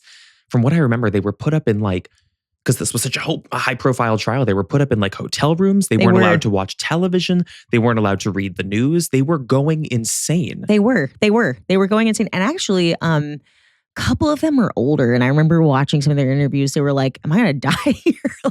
I mean, it's too much. More than half a year into a trial. Yes. Yeah. They had jobs. They had kids. They had people they wanted to go home to.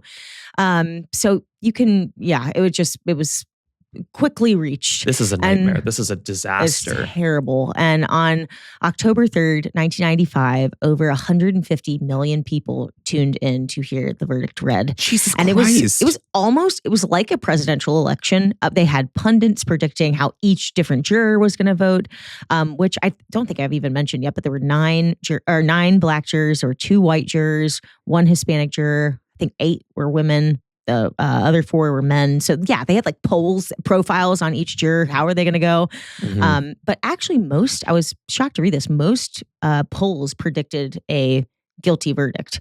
But of course, we know that's not how it went at all. So the verdict was read not guilty on both counts. It seemed like the entire country was divided in that moment. Ron Goldman's father famously said right afterwards to the news, he said, June 13th, 1994 was the worst nightmare of my life. Today is the second. And his words really stuck with me because, like I said, kind of in my opening, these are real families and people who are sort of buried under the weight of all of the spectacle. I cannot imagine trying to make sense of my son's death while people are having watch parties, they're, cheering or they're crying in the street as a result of all of this. I mean, they're the ones that are left in the rubble when all the dust settles. So that quote just made me really upset. But it's heartbreaking. It's awful. But it wasn't fully over for the Goldmans shortly after, and the Simpsons, but shortly after the Goldmans pursued a civil suit against OJ. And in a civil trial, you actually don't need a unanimous jury vote. And though the case was built mostly on what had already been presented in the criminal trial with the DNA evidence, there was new information that surfaced. There were photos of OJ wearing the exact make of the shoe that was found at the scene, the shoe print. So those photos, I guess, kind of helped the case and they became key. And ultimately, the civil jury found him liable and ordered OJ to pay the Goldmans $33.5 million in damages, which they allegedly never received a penny of without having to physically seize items from him. Now, before I get into the final piece here, which is sort of OJ's life after the trials, anything else about the trial that you want to dig into? Oh my God. I just feel like it was like a gut punch, the entirety of that, because I can see so clearly how all of it went wrong. And there's even more to that. I mean, because this was so scrutinized and so publicized in the media, I know that Marcia Clark herself was scrutinized as sort of like her versus like whoever the star players are, I guess, at the defense, if we're looking at like Johnny Cochran or we're looking at Rob Kardashian. But I remember that being so well depicted, like how the media painted her as this like unlikable monster. I remember the headlines when she got her perm, like curls from hell. Yes, and like yes. fixating on all of these things that sort of created the amalgamation of distraction, which is really, I think, what Cochran, if he was the ringleader of this, was like aiming for. Distract. Don't look to witnesses who were actually there at the scene. Look to our experts. Don't look to all of the DNA evidence that presents as factual. Look to conspiracy. It's all the art of distraction to confuse America and really to confuse the jury.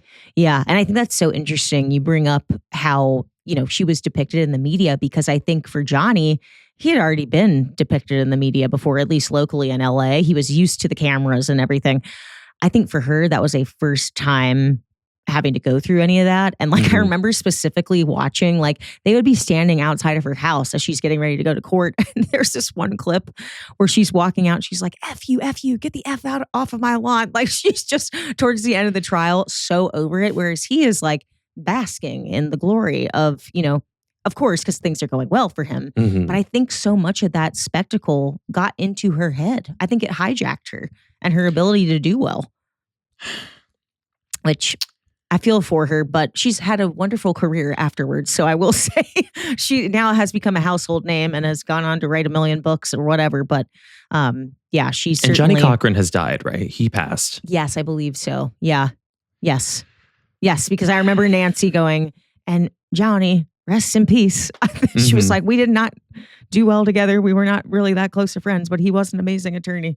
I mean, he really was kind of the smoking gun to all of this. And what he does in a courtroom and sort of how he was seen already because of how you said he had, who he had defended in the past and his long like tenure of going up against the LAPD. I'm sure like for those who knew him, he was sort of regarded as like a hero of a defense attorney. Yeah. I mean, he knew how to preach like in the courtroom. He knew how to, basically persuade and like make it not just about OJ, but about greater, like the verdict you come down with is going to affect, it's going to have a ripple effect on how every other case is tried. And he knew exactly what he was doing, which was brilliant. But I mean, it was awful for the families, of course.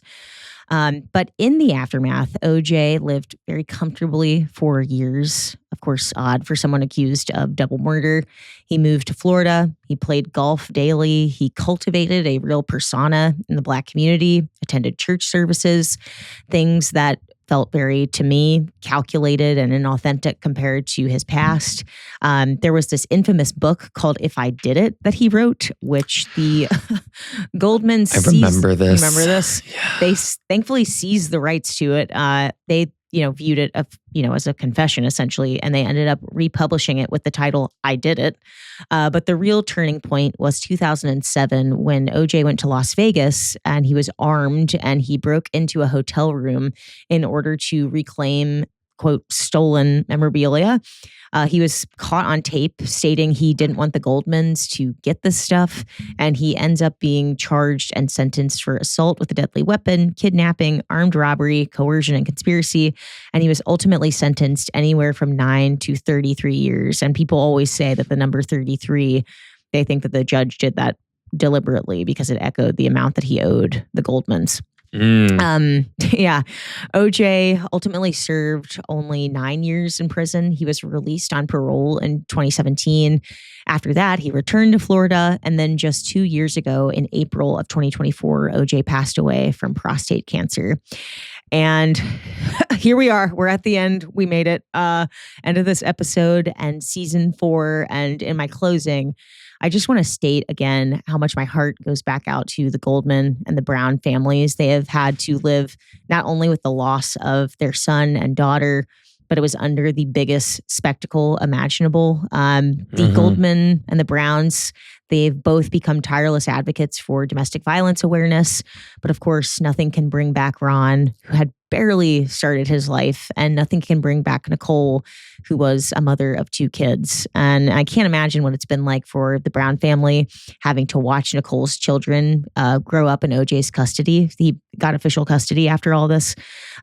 Just can't imagine. But as we wrap up this episode, my message to the creepers is this: let this case be a reminder of how nuanced our justice system really is, how even in a case that feels like we've been saying this whole time, a slam dunk of right and wrong, of evidence that matches up, there is always room for error, always a possibility that the truth can be bent. So I want to dedicate this episode to anyone. If you've ever been unfairly impacted by our justice system, or if you know somebody who is affected by corruption, or if you know of somebody that walked away free because of their connections or their status, this is a case that reminds you to always stay vigilant and speak up whenever you do see those injustices. So with that, baby, I want to thank you. I want to thank the creepers for being with us. I'm like, what time is it? How many? Okay, we're under the 2 hour mark. This is, I have to say, I mean, it is a true art. And, creepers, I'm sure, appreciate this as well. It is a true art to take a case as monstrous and massive as this and to condense it into something that is digestible for everybody into like such a condensed like timeline. So I thought you did it brilliantly. And thank you. It's so interesting because the trial and the timeline is really the most interesting component to all of this, because I guess that's where, the greatest division and like the seeds of doubt are sown. But the takeaway from all of it that I'm walking with is that the strategy here was never about proving that OJ was innocent. It was almost like the silent thing in the room that nobody even said on either side of the aisle was that, oh, he's not innocent. The strategy here is to sow confusion and doubt, sow the seeds of doubt. Yeah. And that was something that was really perpetuated by the media after the trial wrapped up. I remember I watched some Barbara Walters interview where she sits down with Robert Kardashian and she's like, do you really think he's innocent? And he's sort of like, that's for, God to determine. They basically went through, Robert Shapiro kind of famously distanced himself from OJ afterwards. But it was, and that's the other part, is that as the Goldmans or the Browns, watching that would really piss me off, because then it's like, what? That really was just theater. What was all that? Like, that was insane. And now they're like completely, right after the show's over, they're like, yeah, actually, I never believed it the whole time. Or essentially, that's the attitude they're giving off. And you know what? I think that my question, like, I'm walking away from all of it, is that I'm like, how in an event like this that is so highly publicized can a family feel that there's any semblance of justice when the justice system seems to have failed at the hands of highly theatrical and performative defense? But really, I think resurrecting the story and sharing the case as detailed as he just did over and over again, so that people don't forget the truth, people don't forget the facts, in a weird way, in a long tail way, that is a form of justice. So to make sure that people who weren't even alive, a lot of the listeners of this show who weren't even alive when this happened, wouldn't remember it, will now hear what actually was found, what actually did happen, and don't forget the names of the victims. Yes, totally. And I think one other thing that's important to remember about this case is, because it was one of the first televised, sort of like the whole nation was, locked in. This is the case that defense attorneys or people that are studying to become defense attorneys study Johnny Cochran. There are people that this is kind of the blueprint for how to present in court. And so, I think it's just, oh God, it's an interesting reminder. And it's, like you said, I think that is sharing this case over and over again, even though everybody sort of knows it, it is good just to let people know that is like, that's still happening today. This is sort of the blueprint. Well, because it like trickles down in a weird way where like even people today who are younger may know of O.J. Simpson. They may know, like I know there was a trial about a murder, but they don't really know the details of what happened. I even remember in college, it's strange we're doing this. I remember in college having an argument with somebody about this exact case, which is insane. And he was arguing with me on the side of the defense, where he was like, he's got to be innocent. And he explicitly said, if the glove does not fit, you must acquit. And it's crazy because I'm like, he was younger than me. So I'm like, you weren't even alive when this happened. But it's crazy to see like how the words and the sentiments of the defense can trickle down and stay with people for generations. Yes. Yeah. So he knew what he was doing. I will agree with Nancy on that he knew what he was doing. Also, this is the first time I'm clocking you with this wig. I was wondering why it wasn't commented on later. I never went back to see you. So now we're matching. So now we are matching. And now we're matching. Oh my God. Are we doing the Q&A now? Oh, we'll take a break, but we'll spice it together for this episode for sure. We'll take a little break because Creepers, do stay tuned, because we are going to shift away from this case so we can end our season with a proper Q&A, because a lot of you submitted questions to us on Instagram. So thank you for doing so.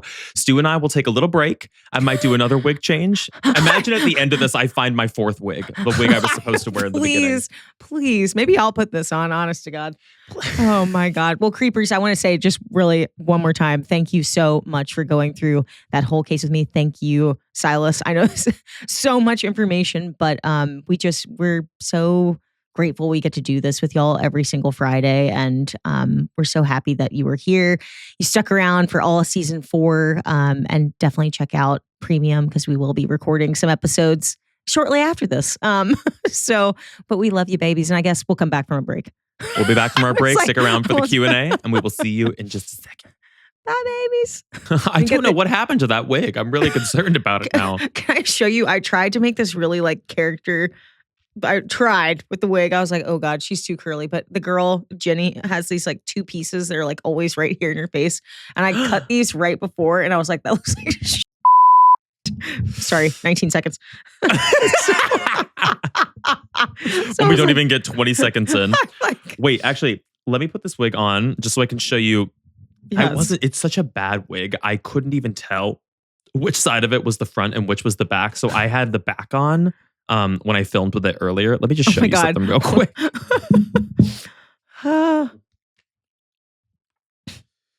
This is... Wait, that's the front? No, this is the back. That's the back. Okay. Keep it. Please keep it. That is... That is the Red Robin mascot. Hello? Bottomless fries. Hello? Is anyone here? Avon calling? Is anyone here? Me in another life as an Avon lady with this exact haircut. I love it so much. Where do I live? Grand Junction, Colorado. That's where I reside. It's gone from Miranda Hobbs to like QVC. Like she sells tops on QVC. It's something. It's Lazy Town or something like that. It's clowny, actually. But I'm so happy we're back and we can finally kick off to our season finale Q&A. Yes. Oh my gosh. I feel like I got so many or just more than I have in the past. I'm excited. I got a lot as well. I'm very, very excited to get into all of these. Let me just pull them up. Thank you again to everybody who submitted for the Q&A on Instagram. If we ever do them in the future, the best thing you can do is go down in the description and actually follow Stu and I so that you can always submit, because we conduct the Q&As through our stories. It's just the easiest way to do it. Yes, it is, babies. Oh my gosh. Yeah, I've got like 8 screenshots here. You're probably like, I have like 80. Well, let me just see. I mean, it becomes tough because I want to suss them out to be like, okay, well, which questions have we answered in previous Q&As? Like, what have we done before? What are repeats? I do have one here. This is actually from neurotic_devil, who just recently did the fan art of both me and you. Oh my God, which is so cool. Neurotic Devil. Yeah, thank you again for doing that for The Sinister and for CreepTime. We loved it. They are asking, what did you guys think of the film Obsession? Have you seen Obsession? I haven't seen it. You haven't seen it? Okay. Garrett was reading me the What do you know act. of it? What do you know of it? I don't know anything. You haven't seen a trailer or anything for it? Wait, hold on. Is what's his face from Parks and Rec in it? Obsession? No. You're thinking of Hokum. Hokum. Okay. Yeah. No, I haven't. I know nothing about Obsession. Truly. My brand deal was ineffective. I did a brand deal for it. And actually, I have a One Wish Willow. I have 2 of them in my cabinet. I'll send you one. Okay. But the whole premise of the movie is that there is this toy that's sold called a One Wish Willow. And there's a warning on it. It's essentially like a piece of willow bark and traces back to like ancient magic, etc. The legend of it is that when you break it in half, you make a wish. And the wish you make is the only one you get, but it cannot be reversed. So be careful what you wish for, kind of setup. Mm-hmm. He wishes for his friend in his friend group. Her name is Nikki, to love him more than anyone else in the world. However, one of the warnings printed right on the One Wish Willow box is may cause obsession. So from there, the horror plot unfolds. But it's crazy. Yeah. It's become one of the most successful horror movies in history. Did you know that? I had no idea. In history. I gotta see it. Maybe this weekend. I think Garrett was going to finish with $400 million in the box office. Wow. It's like a superhero movie. Did you go? Was there a premiere for that? There was. I did not attend it. But I did go to see the movie later on once I had time, and I loved it. Oh my God. Yeah. I definitely want to see it. No, I know nothing. I just keep hearing from everybody they're concerned I have not seen it yet. I'm like, okay. It's been a good year for horror. There's a lot of good ones that came out this year. Backrooms. I still haven't seen that. You haven't seen Backrooms? Okay, I'll see Obsession if you go see Backrooms. I just forgot what it looked like. I'm like, still haven't seen it. You're like, do you want bottomless fries? Honey. Welcome to Red Robin. My name is Trudy. That's definitely Trudy. I'm absolutely true. She's like a veteran waitress at a Red Robin, and she's never gonna let you go without a refill. Never, honey. Never. You want mustard? You want cheese? You want cheese on those bottomless fries? Girl, I got a little bit of ranch in the back. It might be old, but it's still good. It's still good. Okay, let me ask you a question. Let's see. I thought this one was interesting. Sam's here at 888 said, what is your favorite and least favorite thing about hosting on CreepTime? Oh, that is kind of a new one for us. And I assume hosting, leading the case, maybe. Yeah. Well, I'll answer the first part first. My favorite thing about it is that I genuinely love to tell a good story. Yeah. I really believe I'm a storyteller. Yes. But and one of my favorite things about going through a case is when I get so revved up and wrapped up in the momentum of how it unfolded that I kind of even as I'm telling it, we talked about this during the Pizza Bomber case. Mm-hmm. I kind of get lost in it myself, which is such a bizarre sensation. And it just happens to be that it's happening on camera for a lot of people. But that is one of my favorite things about sharing these cases and hosting. But my least favorite thing is probably when I lose my train of thought. Same. I lose, and you can always tell when it happens because you'll see in my speech, I start slowing down and I start getting really close to the screen because I'm like losing my place in my research. And then I'm like, and what do you think about that? How do you feel about that? And it's about nothing. Like I'm like, so then they lived in Missouri. How do you feel about that? And you're like, feel about Missouri? Never been. But I'm sure it's filled with wonderful people. That's probably my least favorite thing about the process of hosting, because what's unique about our show is we have no cuts. Right. We have no cuts. Right. It is like we just go ahead and we start driving and then we got to finish the route before we ever get to. Creepers don't acknowledge that enough, that like when we start recording, we just go. It's like sitting down knowing that you're about to talk for the next like 90 minutes in front of an audience of like tens of thousands of people every single week. Yeah. And to not let that kind of disrupt the flow of what you're about to go through. Totally. But the flow does get disrupted. I do the same thing, or I'll it always happens to me when I state like a very important fact, but my eyes have like skipped a line. And so I say that this important fact has to do with this person, or maybe vice versa. And I'm like, wait, wrong person. I'm like, immediate self-corrections. Like, yes. I'm like, oh God. I'll do that too sometimes, and you'll notice it because I'll try to cover my ass where I'll say the same sentence like 3 times in a row because I'm like reading the same line, but I'm in real time paraphrasing the same line because I'm trying to refigure out like, where was I? I'm still putting money away for that teleprompter. That would be what incredible. Good is it? We're literally reading text. We're reading text and we're like, I know. Imagine, I do think about this though. We get to at least control our text. Imagine when if you're live on the air and the teleprompter starts going and they are going way too fast or whatever, I don't know what the hell I would do. Do you ever do a teleprompter challenge? Like you ever see those on Instagram or TikTok? No, that's sometimes I do them, and if you want to get your cortisol up, you do a teleprompter challenge. Can we do one at the end of this actually? Please. Oh my God. It might be so, I don't know how we would, like if I could show you, like put my phone up to the screen and if you'd be able to read it. It might be too blurry. Do you think it would be too blurry? Am I blurry? Probably not. You're actually very clear. Hold on. Let me just see if you could see this. Do you want to try it real quick? Yeah. Okay. Teleprompter challenge. Do you have what it takes to be on TV? Okay. But this is like, it's too far away. Hold on. Realistic teleprompter challenge. Okay. I need to see what the teleprompter looks like. Can you see this if I put it up to the screen? Yes. Is it Massachusetts State House is going to remain. House Speaker Ronald Morano indicated this week the Golden Dome won't be fully by October 1st. Morano says the State House will most likely be open in stages. He hopes there will be people in the building by October 1st. Governor Charlie Baker lifted the COVID state of emergency. You did it! Wait! You did it! It was this close to the screen. No, but like the way you locked in so quick on that. Oh my God. I wasn't even sure you could see it. And I was like, oh, it might be mirrored. That was so impressive. Funny. Oh, well, listen. If all else fails, I guess I'll go into local news. Honey, get her the blazer. Get her the blazer.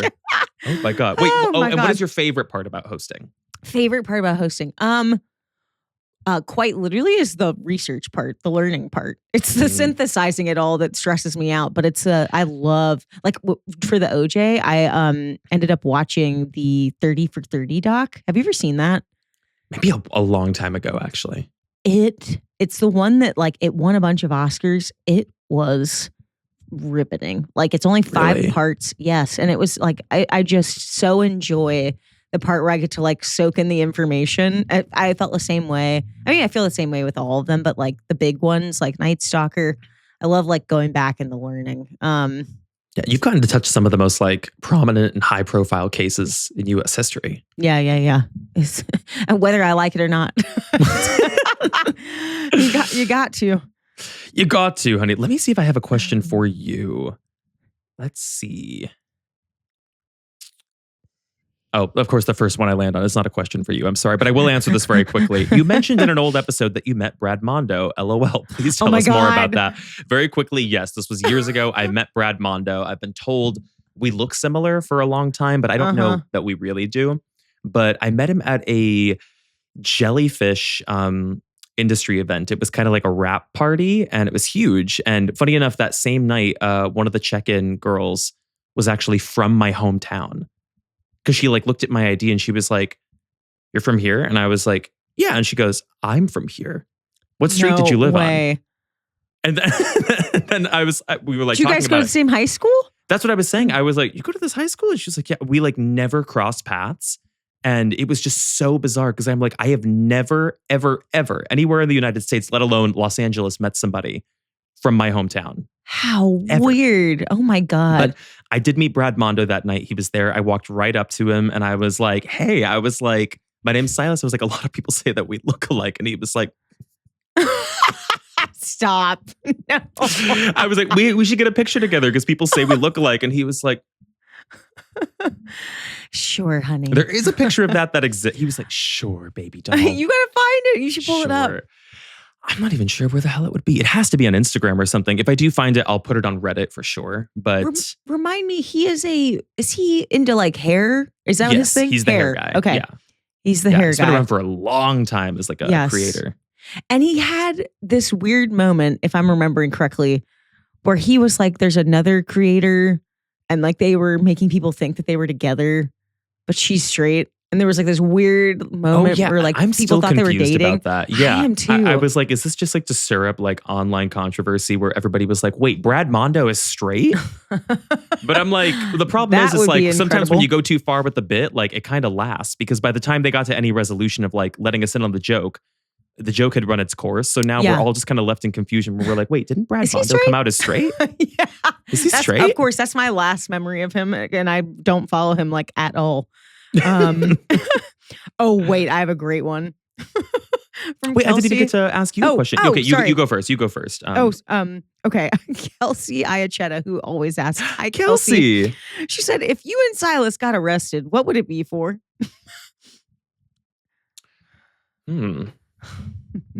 What would it be for? Breaking and entering into a Denny's. Absolutely. Yeah, I could definitely see myself getting some kind of a trespassing charge. Yes. Something of the like. Yes. Honest to God, if I'm being very real with you, I think there is a high possibility I could see an arrest at some point in my life for road rage. Mm-hmm. I am a deep New Englander, and the road rage I experience on a daily consistency here is unbearable, to the point where I fantasize about keeping things in my car, like milkshakes and stuff, that I can pelt at people's cars. Can I offer you this? Have you ever played The Simpsons Road Rage, the video game? No. It's so fun. All you do is smash into stuff, like yell at people. I mean, it's kind of like GTA. I was going to say, I was like, girl, that's GTA. Except I got a gun in GTA. I said, girl, get the gun. Girl, get the gun. You wanted to dial it back a little bit, The Simpsons Road Rage. I don't even know if you can still get that anywhere, but I used to play that all the time. I was also waiting for you to say ride for that. Actually, I think at Universal here. Oh yeah. Or there's like a Simpsons ride. It's probably part of it. Yeah. Wait. So you played that when you were growing up? Yes, I was obsessed. Simpsons Road Rage. Road Rage. I kept thinking you were going to say, if I'm being so honest, Public Indecency. Public Indecency? What do you think I'm up to? I'm over here. I'm like, I just yell at people in the drive-through line, and you're like, meanwhile, I'm like, I'm stripping. Wait, what do you think you would be arrested for? Honestly, it might be public indecency. I should not say this, but one time, early on, allegedly, when I was in New York, I definitely did flash somebody one time to get a cigarette. It's terrible. I'm not above it. I wasn't. And that's that on that. That's the tea on that. Someone you knew? A stranger? Stranger. A bouncer. A bouncer. Mm-hmm. Someone with authority. Mm-hmm. I'm pretty sure he said after today, I didn't need all that. Yeah, he already had the pack out, was already offering it to you. He's even got a lighter out to give you a light. God help me. What counts as would that count as public indecency? It was so above quick. the waist. I don't think so. I think public indecency is like if you're like pissing outside. Okay, that concerns me as a former Uber and Lyft driver, because like there were many moments at 4 a.m, allegedly, that I believe I was outside of my vehicle peeing on the sidewalk. Because I'm like, what business is open at 3 or 4 a.m. while I'm driving? But like, you have to pee. I feel like they use that a lot of times as like a scapegoat to be able to arrest you for something worse. That they like think you've heard done. This week. I'm like, I almost feel like I'm like some like character from Greece that got like, I'm like, Freddie, my love. You do look Sandy. like somebody. I look like Sandy, but like hopelessly devoted, but like I got wrecked by a car. This wig is not sitting anywhere even close to my head. Okay, so public indecency and a road rage incident that would result in someone dying. Yes. I think that makes sense. And that's it, Kelsey. And that's it. I have a question here from Anne. I believe I just saw it. This is from Anne. Hi, Anne. Hi. What is the strangest thing you've become emotionally attached to? Love you both. And I think this can be a person, an animal, or it can be something inanimate, like a show, an object. Oh, Christ. I become so emotionally attached to so many things. But what would be the strangest, would you say? The strangest. Oh God. I'm racking my brain.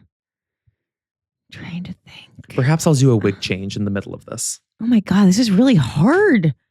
You're like, none of it's strange if you love it. Yeah. I don't want to say something so surface like a piece of jewelry or like, you know, something that's very, like I want to think of a strange object. I'll tell you. This isn't really all that strange though. But I would say if our house was burning down.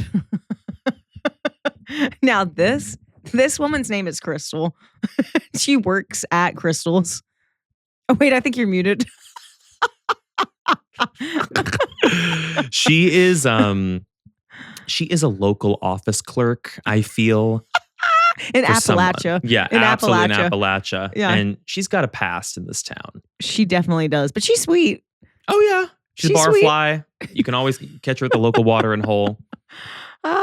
Crystal, absolutely. This is Crystal. Crystal, honey. This is a lame answer, I know, but if truly this house is burning down, the first thing I would grab would be my great grandmother has a cookbook that I've held on to forever. That's like barely together, barely together with all of her, you know, handwritten recipes. But then my grandmother, it was passed down, wrote hers in there. But it's like kind of crazy because there's all these like old like letters in there from family members. And like, it's basically just this like leather book that's falling apart at the seams, but it has all this like family lore in it that I would be like, I would grab that thing. I'm so emotionally attached to that. Yeah, of course. Where do you keep it? Do you keep it in the lower level of the house? I keep it on like a little recipe or like a book display thing. I just keep it open to like a page. Do you keep like old clothes? And I'm not talking about good clothes. Like, do you keep like old clothes that you're just attached to because you're like, I have had this since like X date or since I moved to this place or I did this? I do. I still have, and this is definitely, it must be passed down because my mom, I think, was like the same way. I've kept, I kept a dress from when, this is so lame, but from when like my first crush like ever, like we went to like a dance together. I still have that dress because I remember being so obsessed with it. And I was like, that's just like that's like a canon event for me. So I still have that. There's this, oh my God. It's actually Gunnar and I always laugh about this. There was a top that I wore in college that just became like infamous because it was hot pink. It had like peplum off the side. I was just about to say, I'm like, and I know it had peplum. And it was peplum. And like to us, that's like that's lore. So I've never thrown that top away. What about you? Do you keep clothes? I do. Yeah, I keep a lot of clothes like that. I was going to say my car is probably the thing I feel the strangest attachment to because I don't have a particularly nice car because when I got a car, I don't get cars for luxury. I get cars for like practicality. Utility. I got it because I was like, I need this thing to drive me from Connecticut to Los Angeles because I moved here in a car. And since then it's done that trip 3 times over, and I take road trips with it. But I do feel a really intense and strange attachment to it. Almost like I've personified the car. I was going to say, it's like a little character in your life, I feel like. Well, it's just like, I mean, the day that I have to get rid of that car and that day is coming soon. No. Will be so, I know. Because that car has been with me. Like, it got me to LA. Got you to LA. And I remember you always saying, you were like, sometimes I'll just I like to eat in my car. I'll get my car, drive around at night. The tears. Have you named it? I'm so mad. I'm crying over a car. It's okay, baby. It's okay. You know that Crystal also cried about her car. Not with the blood on your face.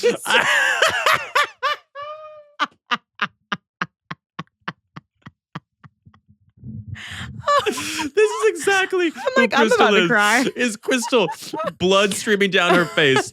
This perm, and she's crying about her 2014 Prius going. I just never had anything in my life like that car. That's so dependable. It's been there for me. This is how Crystal shows up to the office clerk job, covered in blood and soot. Whoa. Have you named your Prius? No, because in my mind, I'm like, that's ridiculous. But I know a lot of people do. But like, I really am attached to it because like that car was with me. Like when I moved to LA and like, it's been with me through so many things. Yes. Yeah. It's seen you through so many like eras of who you have become.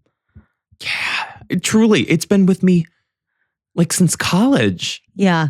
And the other thing is it's like it's a safe space, you know, like you get in your car and you're like, okay, everything's like nobody's around. I can just be me. I can that just car relax. Has heard things no one should hear. That car has seen things no one should see. And it holds those secrets dear. Yeah. The day I have to leave that car during a trade-in, I'm gonna cry. No, we'll have a funeral. We'll have a proper burial. Like, I'm imagining the day I'm gonna have to drive away in whatever car I get and leave that car on the lot, the trade-in, and I'm gonna look in the rear view window. I'm literally crying. It's literally Bing Bong. Do you see this? Shut up. All right, we're moving on. Okay. We're moving on. Here, I'll find question stat. Hold on. Of course, now my face is like, can't recognize the Face ID. I think this wig is like pushing me into a psychotic state or something. This can't be good for my health. Okay, let's see. Oh, here you go. This is a good one to think about. What is your dream? What is your dream vacation as of right now?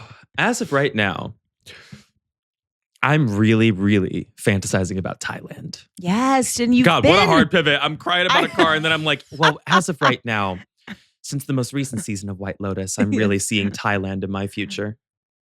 You've been fantasizing.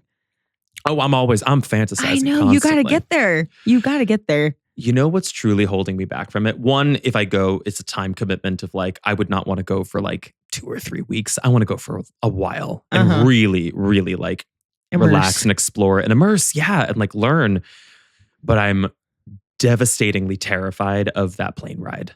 That's almost 24 hours in the air. I feel like that's a moment where you get those JetBlue points together and you go luxury. You think JetBlue's flying to Thailand? Sister, I can barely get JetBlue to go to New York or Baltimore. Like, we're going to Thailand and a JetBlue. I wouldn't board that flight. I mean, I would spring for like the first class, but that's not enough. It's something more than like not being comfortable. It's like, I just don't know that I can be contained in a space like that for like 20 hours. I think what I'm really waiting on is like the sleeping pill prescription. Yeah. I think you would absolutely need that. But that also scares me because I am paranoid where I'm like, what if I take the pill and then I oversleep or like they can't get me up and there's an emergency or we have the layover and I'm still not awake. I don't know.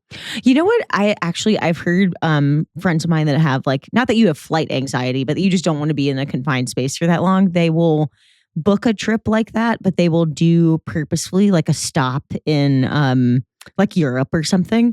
See a friend if they have a friend or just I like that. Yeah. And then get on the next flight. So it's not, because I'm the same way. I really like, we've been wanting to go to Japan. I'm like, brig. I don't think I could do. Why couldn't I do that? Actually, that's a great idea. Yeah, you should Why do couldn't that. I like make a stop in Europe, and then from anywhere in Europe, I could fly to Japan, because I'm pretty sure that's where the point where you have to stop anyway before you're getting into Thailand, or maybe it's easier to get direct to Thailand from Europe. But yeah, why couldn't I break it up into like threes? I guess I would do that. I'm the same as you. I'm like, I don't want to be on a plane for 24 hours. That sounds like hell. Even in first class, I'm like, it's beyond, because I don't really. Do you like watching movies and TV shows on planes? I do, but only for so much time. I'm gonna be antsy. I'm gonna be like, okay, I need to go like walk around. I need like fresh air. I just can't do it. Yeah. I mean, okay, who are you? What are you fantasizing about? Where are you going? Who am I? Just because we are actively trying to plan it, I'm really now it's taken. That's a new. That her name is like Felicity or something. There's an F there. Mm-hmm. That's like Farrah or something. something. Roller girl. I mean, wigs. They do transform a person. They do. This is falling off my head. I really will put this mask on by the end of this. Please. I will. Is your wig glued? It is sitting like tight. It is not glued, but she is pinned. She is pinned. I was like, that looks secure. She looks secure. Hopelessly. Wait, so you're fantasizing about Paris, just because we're Paris. It's so hard to not sound pretentious when you say we're going to Paris. But it's such an easy flight now. Isn't that like one of the easiest flights to get to from New York, at least? Mm-hmm, it's super easy. But it's just we keep talking about it, and then I keep saying, I'm like, if we go to Paris, and Andrew's like, when we go, and I'm like, we don't have anything booked. Oh, like, I was gonna say, don't you have stuff booked? No, we have nothing booked. And he's like, okay, so when we go to Paris, and I keep saying, I'm just like, we have to do it. Like, it's gonna come up so fast. Those prices aren't gonna get any cheaper. I know. You're going in November? We want to try to go in November. But then it was so funny. He and I love you, Andrew, but this was like classic like guy if thinking. He's watching it this point in the episode, that's true love. if he's sitting up through this. His dad might be. He's probably not. Hi, Dwayne. Dwayne it is.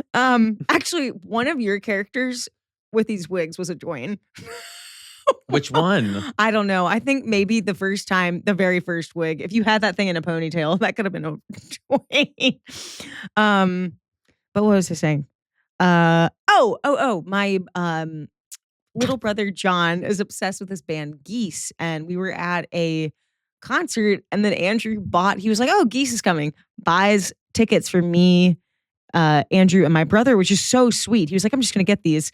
And then he looked at the date, he was like, oh, whoops, that was the day we were supposed to go to Paris. And I was like, well, the trip's definitely not happening then now. He was like, no, we're still gonna go. And I'm like, okay. Maybe just like the week after, just postpone it. Yeah, we'll just postpone. Week. Is it gonna cut into Thanksgiving? I think we're gonna try to do the week before Thanksgiving, so then it's like we can just easily roll into like maybe flying home. I see. Okay, gotcha. But I don't know. That makes sense. Does it? We'll see. This is an interesting question for you, or for us, I guess. Yeah. Would you ever do like? I love when people put like in a question. Oh, yeah. Would you ever do like? It's so conversational. A contest where a creeper could win a chance to come on the podcast. Oh my God! I've never even considered that. I've never considered that. Woo. That would be really cool. It is so interesting. I mean, it is. It's only tricky because of like the tech aspect of it. We just hope that your connection is solid, I guess. And I guess it would be doable. I guess if we had a creeper on, would they be like the third commentator on the case, like the reactor? Yeah, I feel like you and I would have to lead together and then they get to react. That would be such a strange experience. Like imagine your favorite podcast that you listen to. Like, let's say it's Ride. Ride invites you on to not come on or say anything. You just get to sit there on camera and listen to them do the show. And you're like, I would be freaking out. I would have I like don't even think I'd be so starstruck. I don't know what I would say. Do you think like the glimmer of it would like wear off by like the 30-minute mark where you're like, okay. You're like, oh God, never meet your heroes. I've seen enough. Yeah. Yeah. I've never even thought about that. Because we've done with the live shows, we've done having a creeper come up on stage because we did a crown creeper moment in every city. Yeah. but we have never, I guess, really considered or talked about having them be a part of the case. I mean, we take a lot of suggestions from creepers, but never in an episode. That's an interesting thought. That would be it could also be really cool to do like a live Q&A.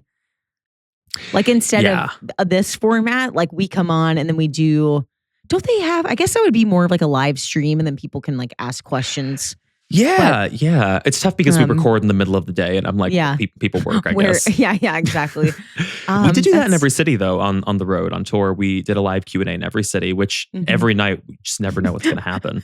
Remember the first night I lead and I'm like, so I'm going to toss that one back to you.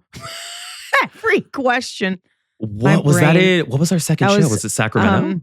No, it was Salt Lake City. It was my first show where I because I led the first like 4 or 5, right? And I was and I was like, I'm gonna toss it back to you. It's like, this is hard. A Q&A, doing that live, you're like, because your brain is kind of like trying to make sure you get to everybody. And I like more I do podcasting, the more I'm like, live talk shows must be a whole freaking operation. Like, I think it's like a muscle. I think it really is like a muscle that some people just get. I think live improv like that is really tough. It's really hard. And that's kind of like what that was, even though it was in like the confines of like, they're going to ask us questions about CreepTime, although sometimes they weren't questions about CreepTime, but live improv is really terrifying to me. Yeah. Oh my God. Okay. Let me see if I can find one for you. Lots of questions about research. Really? Yeah. What you want to know? Mousy Coco 137 says, what's your methodology for researching cases? Oh, I your guess methodology. Yeah, my methodology. We've talked about this before. We've talked about this before a little bit. I immediately have to read a condensed version of the entirety of the case, start to finish. And I need it to be kind of as short as possible because I need to know where it begins and where it's going to understand before I go into the detailed research what I need to pay attention to. So like as I'm going through that condensed version of the entirety of the case as it's available, I then jot down a lot of questions where I'm like, why? Did anybody look into this? Did anybody do this? And I'm like jotting down all these questions as if like I'm the one investigating it and what's unanswered for me. From there, then I start doing detailed research to see if I can figure out if there are answers to those questions. And if there aren't, I really harp on those and think about like, what could be the possibility? Like what could be the answer to this? So that's kind of how I approach it. Do you have a different way? I feel like I usually just absorb a ton of information about it rather than a ton of amphetamines. Yeah. A ton of amphetamines. A ton of pills. I usually just absorb most of the Adderall directly under my tongue. And then I go in. And then I start. Because we've only got 30 minutes before we're on air. Like, no, I feel like I just kind of, I don't know. It's like I usually know a semblance of the story. But unlike you, where I think you do something very smart, which is like, okay, I got the full package. What am I curious about immediately? I think I sort of let it all like soak in first and then come back to it, kind of like to sleep on it a little bit and come back to it with a fresh set of eyes and almost like try to remember it myself, how it went. And then I go and I piece in things I'm still unsure about. But I definitely am an observer. Interesting. Like I have to kind of like getting the case into your bones. Yes. Yeah. Yeah. That's so interesting. I take so much stock in my first read through or hearing of a case because in that moment I think of myself and I say, I've said this out loud since season 1. I'm like, you will never get this experience again. This is your first time hearing it. So in this moment, pay attention to like what you're going through and what you're curious about because in this moment, it is the only time that you will be the audience. So smart. So that's how I approach it. Yeah. Can I ask you a question? This is not somebody's. Yes. This is my own question. How quickly do you decide? So like when we're, choosing our cases, how quickly can you decide whether or not you're interested or you want to cover? Like how much do you have to take in before you're like, nope, on to the next? That's interesting. Sometimes I feel like that's something I attribute to a gut reaction just in the first few like paragraphs I'm reading about a case. But sometimes I get into a mode where I challenge myself and I say, you have to choose a case at random, no matter what it is. So I don't let my interest lead in that moment. And I say, you have to choose a case at random. And no matter what it is, the objective is to take the case as it's presented and explain it in a way that gets people interested in this case, that gets people excited to learn more about it and to want to figure out what happened. I love that. Yeah, that one's harder for sure. Yeah. I feel like I always do. I hear your voice in my head going, try to choose things you're naturally interested in. And sometimes it's been funny because like I'll see case suggestions where it's like there's a ton of interest in it. And like I myself will get to it and I'm just like, why am I'm not like feeling the interest in this case. And I have challenged myself a couple of times where I'm like, okay, everybody else is super interested. So there's gotta be something that you need to like sink your teeth into. But it's just funny. Like sometimes I'll start researching. I'm like, I thought I was interested in this and now I'm not. I'm about halfway through. Damn. So yeah, sometimes I keep those cases too. And I'm like, well, maybe I'll return to this case, maybe at a different time, or maybe there's like a major piece of evidence we've yet to see. So I wait on it. I sometimes do lean really heavily on the creepers though. Creepers make great case suggestions. And every single time that I start researching one of their case suggestions, I'm like, I can see why they thought this would be a great case for CreepTime. Yes. Yeah. Segue question. This is from Jim_0404. Yeah. So a quick segue question. Such a terrible headache right now. My God, I can't even tell you. What is the hardest heartbreak you've had? Oh my God. We can keep it light. Hardest heartbreak. Oh, geez. Maybe we should confine it into something that's a little more like light and palatable because they had no punctuation, nothing. Biggest heartbreak. In your youth, maybe, let's say. Yeah, definitely my like high school. I feel like everybody has this. What's the theory people say? You got like the 3 greatest loves of your life. It's like the first one is when like are they? Tell me. It's like the first one normally is that like when no one shattered you yet. So it's like, oh my God. And they in your mind are kind of like the blueprint of who you want to be with someday. Yeah. But that one is still kind of sentimental. And then the second one always kind of hurts the hardest because you still have the hope from the first one. So when the second one doesn't work out, it's like, oh my God, like crap. And then the third love of your life is supposed to be like you've learned how to make sense of it.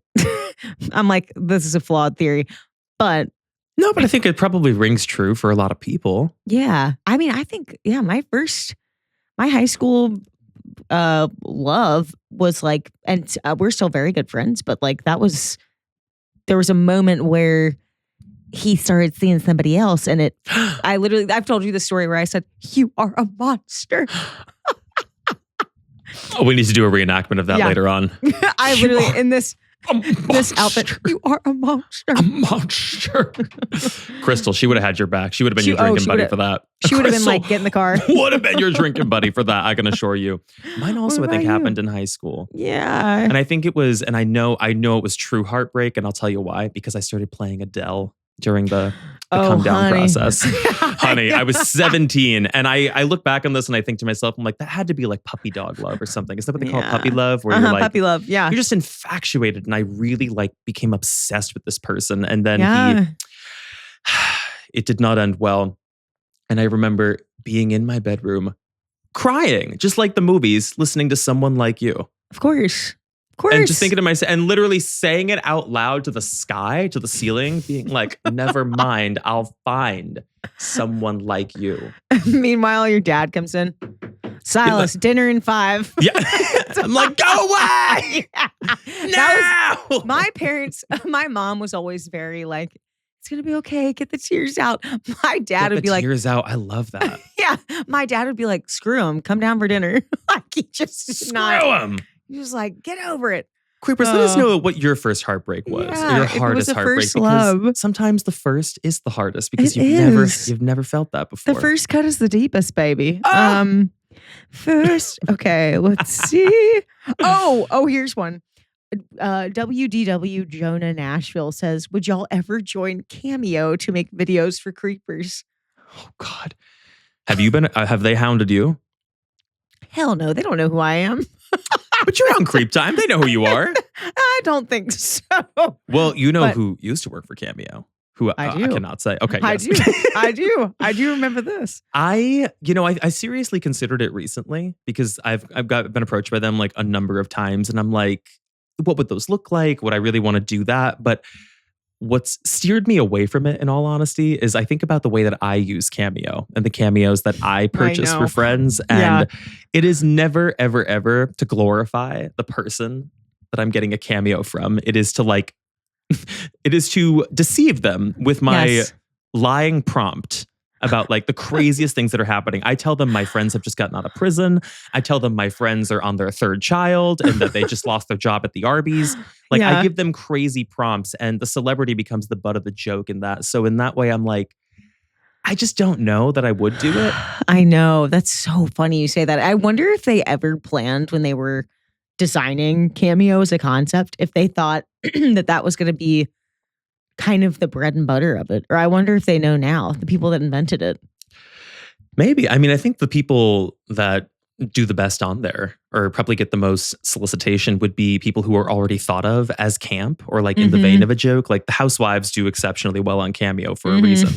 I'll tell you what it is good for. It is a great fallback. I think if there were ever a time similar to COVID where people in entertainment need to make money, and we can't really leave our homes. That's what Cameo is great for. But as far as me being on Cameo, I just don't know for now. But never say never. I'm looking in the camera. I'm like, I will not be a joke. Ever. I was going to say, and how much are you going to charge? That's the other thing about Cameo. The prices, the pricing cracks me up. I'm like, oh my God, some of these people need a reality check. I know. At one point, I remember the most expensive celebrity on Cameo, I think was Caitlyn Jenner, who was charging $1,000 a video. Hey, girls. Chloe is in the back here. Oh my God. Just making a cameo for you. That's insane. That just made me think of the funniest quote from Ride where I guess there was a point where Benny was just like really like grabby. He like always like was trying to charge his parents for stuff and like overly charge them like to do any chores. And his mom eventually just goes, how much would you charge to haunt a house? Which just cracked me up. How much would you charge to haunt a house? How much would you charge? Did he name a price? I don't remember what he said on the episode. I think it stopped him dead in his tracks when she said that to him. Because we're nearing that. You're haunting this house. Yeah. But would you go on Cameo if you were approached? I might give it a spin just to see. It would be interesting to see if the prompts were insane because I feel like you could tell. I feel like you could tell if somebody's like, they just got in. What did you say some of the prompts were? They just had their third kid. Oh, yeah. I'm like, and I'll include that all in one prompt. I'm like, so my friend just got out of prison. She's expecting baby number 4. She was working at an Arby's. However, they just let her go for reasons I can't really discuss here in the prompt. Like, I compact so much into it.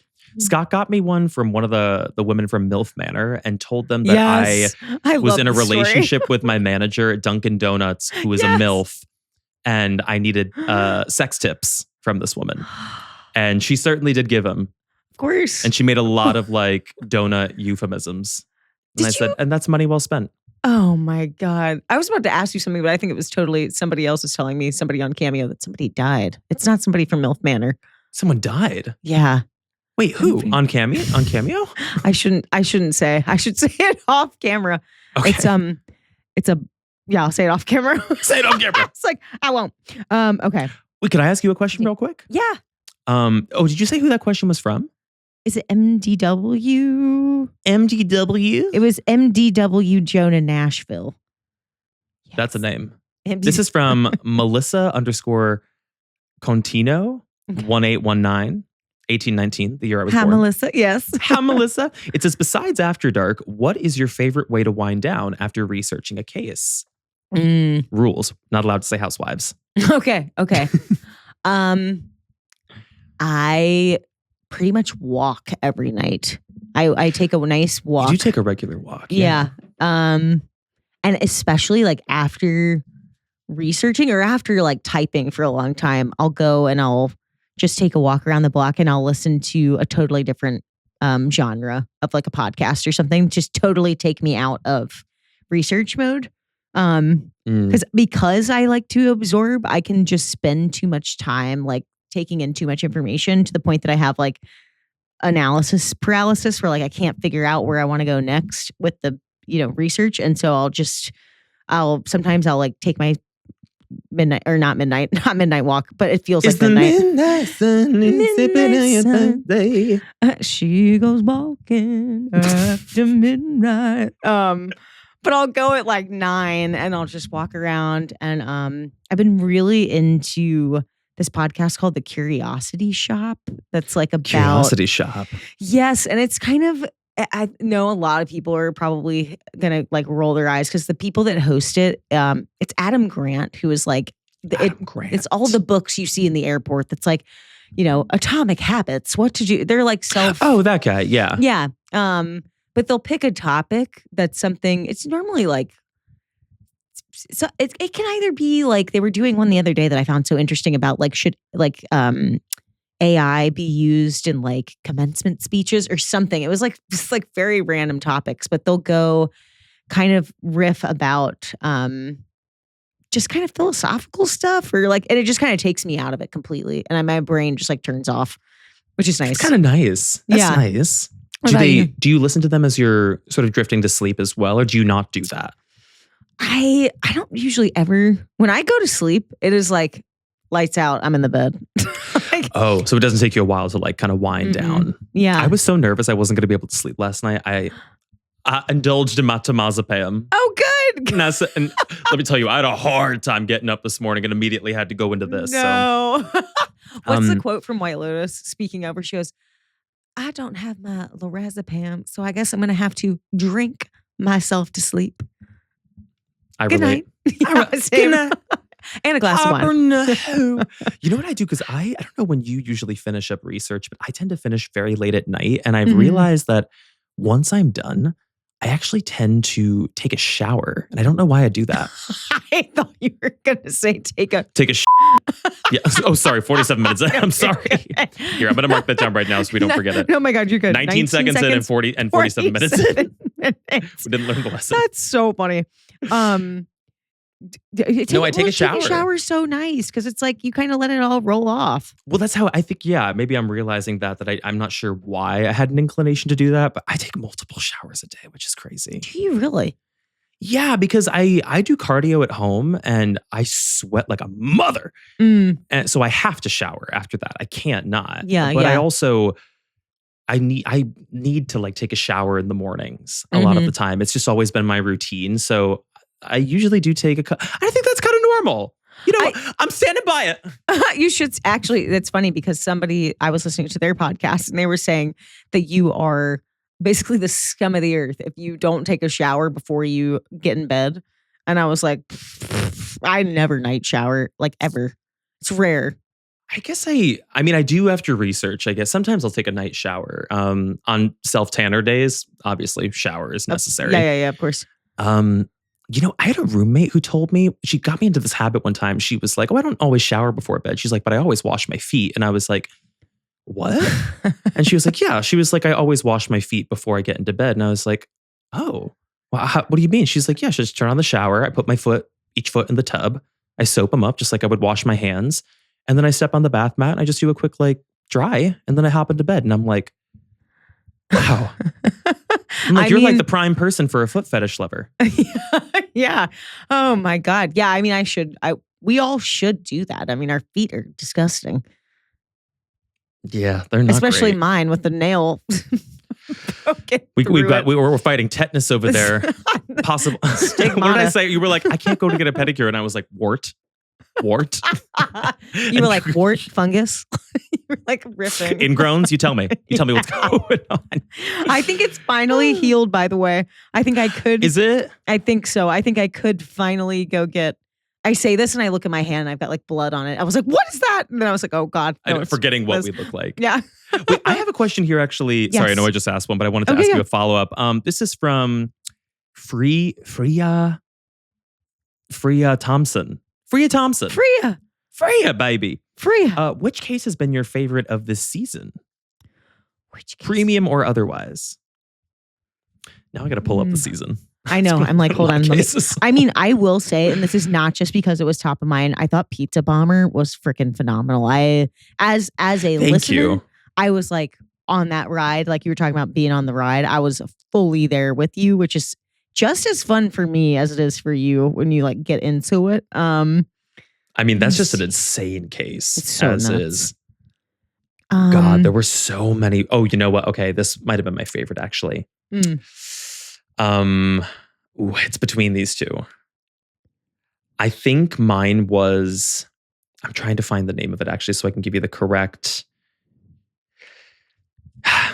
Tall, hot blonde. I was just going to say, I just pulled that up and I was like, that's got to be it. I can't even tell you. Like the satisfaction I felt from the reaction of your real-time reaction of that was everything and more I could have hoped for like how I planned to deliver that case moment by moment. Yes. And I was truly shocked. I was like, there's no way. Because it's hard to like surprise you these days. Like in the early days, I felt like it was easy because like so much of it was new and like we were new to the format. But like every once in a while, like if I do get you, I can't tell you how satisfying it is when there's like a shocking turn to a case and I'm like, yes. Yeah. And because my ass is sitting there going, okay, could it be the father? Could it be the mother? The mother, could it be the father? Could it be the mother? And I remember for some reason with that one, I had I'm forgetting now, I had a very clear theory in my head of where I thought it was going.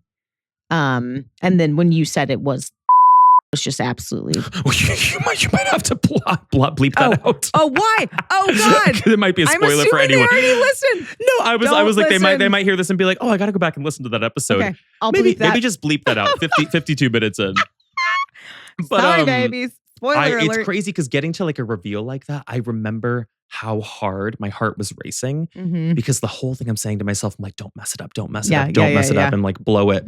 And oh God, I was so like satisfied with the reveal of it. But I think that one might have been my favorite of the season. Yeah, it was phenomenal. Oh my God. Or I'm trying to pick one. I want one that you led as well. God, we covered so much. I know. We did Alonzo Brooks this season. I have to tell you, I thought the staircase, your coverage of the staircase, again, kind of like today, it is an art to get it all together. And I thought you did that one really succinctly. And I remember being really locked in. Thank you. I felt like that. Also, I was dressed as Aunt Gladys for that, I believe. So maybe there might have been a little visual aid. Wait, I have to tell you something so quickly. Yeah. So Andrew never sweats in the middle of the night, never sweats, never like our bed is. He had a nightmare the other night that Aunt Gladys was coming to get him. He woke up, the entire bed was drenched. And I was like, what's going on? He woke up and he was like, and I was like, what is going on? He was like, oh my God, I just had a nightmare that the lady from Weapons was trying to get me. I was like, this is incredible because normally he has had nightmares, but never like that. And he literally, he had ripped his shirt off. The bed was so. Oh my God. It was so, I felt so bad for him. And he was like, oh God, I don't know if I can go into work today. And I was like, you can go into work. It was that serious? Yeah, he was so scared. Had he just like recently watched Weapons? No, we watched it like forever ago when we didn't even live together. Now, was it that Aunt Gladys or was it my version of Aunt Gladys? I was going to say, maybe he was catching up on CreepTime and he was watching the staircase episode and then he had the nightmare. I was going to say your coverage of the Weepy Voice Killer, actually, which I think was the 4th episode into the season. Yeah. But I liked that one a lot. I'm pretty sure because you played audio clips from the voicemails. Yes. We could hear his voice and kind of like laugh at it. Yeah. And that, what's wrong with me? And Weepy Voice feels, I never know what I mean by this when I say it, but it feels very old school CreepTime. I think it's always just like those older, like the 70s kind of like serial killer, even though he wasn't technically like a serial killer. I mean, he did kill multiple people, but like something about that era of like 70s, 60s crime feels just old school for us. It does. I like that. Thank you for that question. Yeah, that was such a thoughtful one. Okay, let me see. Let's see. Oh God. This just goes, you got a part-time job? You're like, no, honey. Tell that to me walking on the carpets at night. Oh yeah. Are you doing a premiere tonight? Yeah, that's the event I have, which is why I'm like, Christ. Amazing. Okay. Wait, crap. Hold on. Let me find a good one. So many of these we've already answered before. Okay. Oh, this might be a good one. This is kind of a deep cut though. xsophie.anx says, what's the most ridiculous rabbit hole you've fallen into while researching? Like where you just went way off course. Whoa. Well, I mean, I can get distracted like fairly easily with like subplots. I feel. Do you feel like that? Yes. About me. You were like, absolutely. No. I don't know, because it's so interesting, because I do feel like we're pretty consistent on this show that we actually tend to deliberately stray away from conspiracy. We don't cover a lot of conspiracies on this show. Yeah, we don't. Unless we truly, truly feel that like it's rooted in fact and evidence. I mean, that's the way I see our show. But I don't know. I think the cases that tend to have the fewest answered questions are the ones that I tend to spin on the most. I remember that specifically with Ellen Greenberg. And I remember that really specifically with Phoebe. Handshook, I think was her name. Yeah. Do you remember her who went down the garbage chute? Yes. There was so much mystery in that case, in both of those cases, that I remember just going in a million different directions. Like when it comes to like spinning on rabbit holes for theories, I could do that all night. I feel like for me, like rabbit holes tend to happen when it's like I don't have an answer to something, and then I get on like, unfortunately, I'll get on like conspiracy sites and I'll see what other people think about it, and then I'm like I remember specifically for and that's not to say like I do not do, or I try not to ever lead with like conspiracy theories. But you want to know the information. You want to know what people are saying. Yeah. Or at least like people that were there during that time period that were like, this is what we all thought happened. I always find that interesting. So I remember like specifically the Sneha Phillip case about like 9/11. Yeah. Oh my God. I was on so many different theory pages, like because there's no answer. So there were so many different theories, and like just, yeah, that one really, I remember that one emotionally was like right here for me in my throat. Like I felt like the whole time I was researching, it was so present for me. And I don't know, maybe it's the New York of it, or like the 9/11 of it kind of already is so dark. But I remember just feeling like, I was going to ask him, like, what do you think emotionally kind of tethers you to one case more than the other? Is it because you've been to that place before? Or do you feel it has more to do with your connection to the person, the victim, or the subject of the case? I feel like it's normally the victim, but I will say that like sometimes the cultural undertone of like what the world was like at that point. If it's something like 9/11 where it's just like you can go and you can, or even like OJ where you can really see like what the rest of the world kind of looked like at that point, that always makes me feel like so much more tethered to the coverage of it for some reason. That makes sometimes sense. You know, it's like sometimes you get these like mysteries that kind of happen in a small town. You don't really know what it was like then, and there's only so much information to go off of. But like when you can really get a full picture of what that city looked like, or if there was unrest or anything like that, it just makes it feel so much more real for me. I agree with that. I think like falling into the environment that you're researching, because a lot of these places you and I have never been to. It's actually shocking when sometimes we do get to go to them and you almost feel like you're walking on like, I don't know, something that feels like it was in a dream, where you're like, I know so much about this place. I've talked about this place. I've visualized this place. And now I'm 2 feet on the ground here. It's a very, very insane experience, but I agree with you. Let me see. I think we have time for maybe just a couple more, because I don't want us to run too long with the Q&A, but I want to get to as many questions as possible. I'll try to tighten up my answers here. Me too. Let's see. I've asked that one. Oh, this one came with a picture, actually. Do I know who this was from? Is it Thea? No, I don't think it's Thea, because I took a screenshot because it was the only way I could of like reposting it to a story, because her text was too long. She goes, long time creeper and creeping me here first. Love you guys, all your podcasts so much. My question for you two is, have you had a case which caused you to change your regular / daily / specific behaviors after learning about it? Also, I couldn't fit this in a text portion, so enjoy a picture of my puppy, Lily. Oh.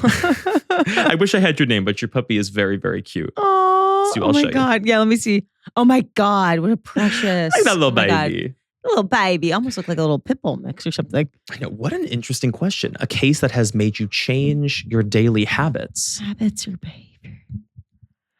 I don't know if it's really my daily behavior, but I cannot walk down that street where the Robert Juan case happened without, and I'm forever. right there, and forever I like kind of avoid it because when I was researching, I was like, the times I walked down that street, I was just like, oh my God, like the horrific things that went on in there. And now it really just changed the way I like walk around that area of DC. I'm like, I don't want to go anywhere near that. Yeah. Even when I was a kid, when that happened in my town and there was a double murder in my town, to this day, when I go home, I can never, ever pass that house without thinking about that, because I remember being in elementary school, driving with my mom past the house and all the caution tape, and like it was a secured crime scene. Like I'll never forget the sinister attachment that I have to that home. Yes. So I'd completely feel that when you happen to be in a place where like something terrible went down. It changes the way that like you enjoy or experience the space. Wait, I want you to answer obviously too. But would you ever? I don't know if I've ever asked you this. If you found a dream apartment, dream home, and then they said in the very 11th hour, they said somebody died here, somebody was killed here. Killed or died? How about somebody was murdered here? Would you still go through with it? It has every box checked. I would heavily, heavily consider it, but that would be a really tough one for me to handle. I don't know. Sometimes I see that on Reddit with like new home buyers and they're like, hey, looking for some tips here. So someone died in the home before us. Unfortunately, they were left here for about a year. So we have this permanent stain on the wood floor of their body. Any tips on how we can sand this out? And I'm like, it's amazing what people are able to just like let go of. Yeah. They're like looking to sand out all the decay from like their 1-year-old corpse from my floor. And I'm like, oh my God, that's crazy. There was a crazy story like that of a woman who died in her apartment sitting in like her TV chair, and she had so few people and family in her life that like regularly checked on her that no one ever came. She was found like 3-something years or more later sitting in the chair, and the TV was still on. Oh my God. Isn't that haunting? That's so... She wasn't even old. How could somebody be left for that long and nobody thinks to go look at them? Well, that's the thing. I'm like, who was paying rent? Who was, I guess like it was, her rent was somehow on some kind of like an auto payment or something like that. And it was connected to like an account where theoretically she had enough money for the next like 3 years that like the bills of rent could just be paid on the apartment. And like the cable never got turned off, I guess. And yeah, she was just sitting there for years in a chair. So scary. It's sad. It's sad and scary. What about you? Have you changed behaviors or anything? I mean, I'm definitely more vigilant now. I'm sure you feel the same. I mean, I'm very, very hyper aware of like strange noises, locking doors, keeping an eye out in public when something looks off, when something looks strange. So I would say it has made me more vigilant to make sure that I'm safe and protected at all times. And I am very, very hyper aware when I think I might be in a dangerous situation or when someone might be perceiving that I'm dangerous. Like if I'm walking at night or something and there's a woman nearby who's walking alone, I go out of my way to make sure she knows that I'm not a threat. Well, thank you for that. On behalf of all women, thank and you I for can that. be very like when I'm not speaking, I think I can be a little like scary in the dark. So it's useful for me to hear me down the street going, Donatella, I'm a rich in the upper class. You better work. You better work. Oh wait, shoot. Wait, 104, both of us. Damn. Should we just make it unedited? I was gonna say we could just make this part. Just make let's just save you the trouble. We'll make it unedited. Okay, let me ask Wait, no, you. but we do have to bleep out the spoiler though, for spoiler. sure. I will. Yeah, I will. at I will. 52 minutes in. I might as well just edit everything else. Let's see. Okay. Oh, of course, somebody asked about obsession. Let's see. Oh God, somebody. Oh wait, I have an interesting one from Kendra if you want to hear it. Oh yeah. Oh my God, Kendra. Yeah. I was thinking about her. I'm like, where is Kendra? Kendra's here. Kendra 16, baby. Thank you for your question. She said, do you think it's kind of similar, like it piggybacks off of the previous question. Do you think covering true crime changes how you interact with people daily? Do you think you read people a little more clearly or categorize people more clearly? I think, like you, it has amped up my ability to dial in on, like, I would say maybe not even like dangerous behavior, but like what's the right word? Like the seed of something that could like grow into something worse. Or that it's not like, it's almost like the same feeling as like somebody's lying by omission. It's like, you're not technically not telling me the truth, but you're not telling me the truth. You know, like you're not lying, but you're not telling me the truth. My perception for deception was the word, I feel like has gotten better. But as far as like true crime, like really occupying like a huge part of my mind daily, other than if I'm like researching and stuff, I'm never like on high alert that like somebody's like going to come and like, murder me or something. But I do. Sure. Yeah. Sure. But I would agree with that too. But I don't know that like I'm constantly thinking through a true crime lens, but I do feel like it's a muscle that you and I have strengthened of just like walking into spaces and assessing people and assessing situations more clearly. And I'm now more than ever trust my gut instinct. I think when I first meet people, that I'm like, when someone shows you who they are the first time, better believe them. You should believe them. And I guess that can be applicable to like a true crime sense, where the first instinct you have of someone, especially when you're looking at a case, you don't have to give it full weight. You don't have to accuse anybody, but you have to keep an eyebrow raised and an eye and an ear out for something suspicious. Totally. Because the beauty of having this job and covering cases is that you do recognize the patterns over all of these years. There are such similarities to so many of these cases, at least with how they start.